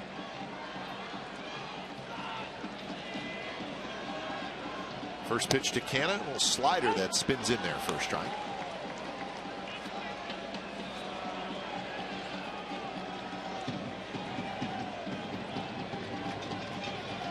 Garcia, his second inning of work. He had a 3-up, 3-down bottom of the 9th with a strikeout. One hit hard but foul. Looks like he likes that slider, huh, Ray? He does, yeah. Cannon looking at one to hang that he just hung, but got third baseman guarding the line. That is Turner.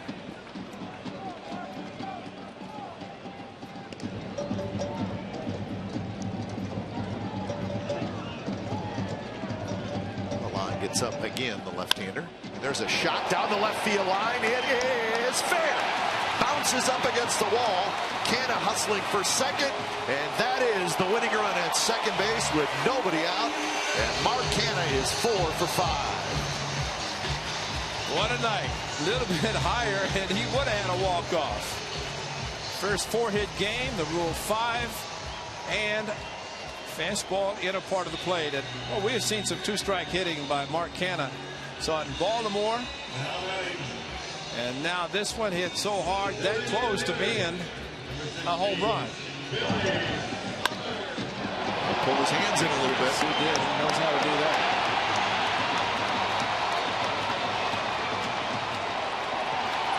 So Billy Butler did a great job his last at bat, moving Canha over to third base with a ground ball to the right side.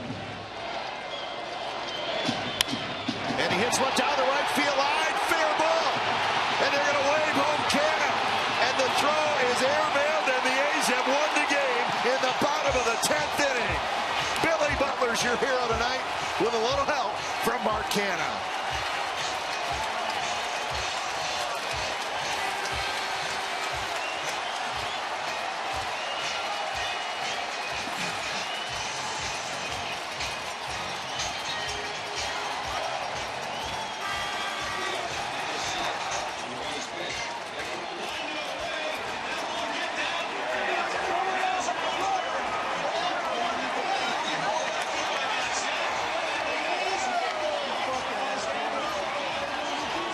So after a very, very disappointing road trip, this is a heck of a win for the Athletics, who trailed a very good Dodger team in Clayton Kershaw 4-1 going to the bottom of the 8th inning.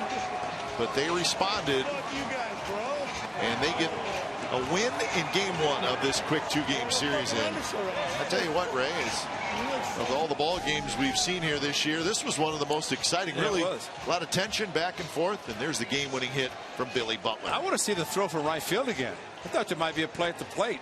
I've never seen a throw that ended up almost in the A's dugout. Van Slyken moved over to right field. He didn't have a chance to throw out Canha, but there's your infield fly rule. But what a great approach by Billy Butler. Mark Canha started it and had to hold up. And I don't know if Mike Gallego saw that, but the A's was not going to wait around for another hit.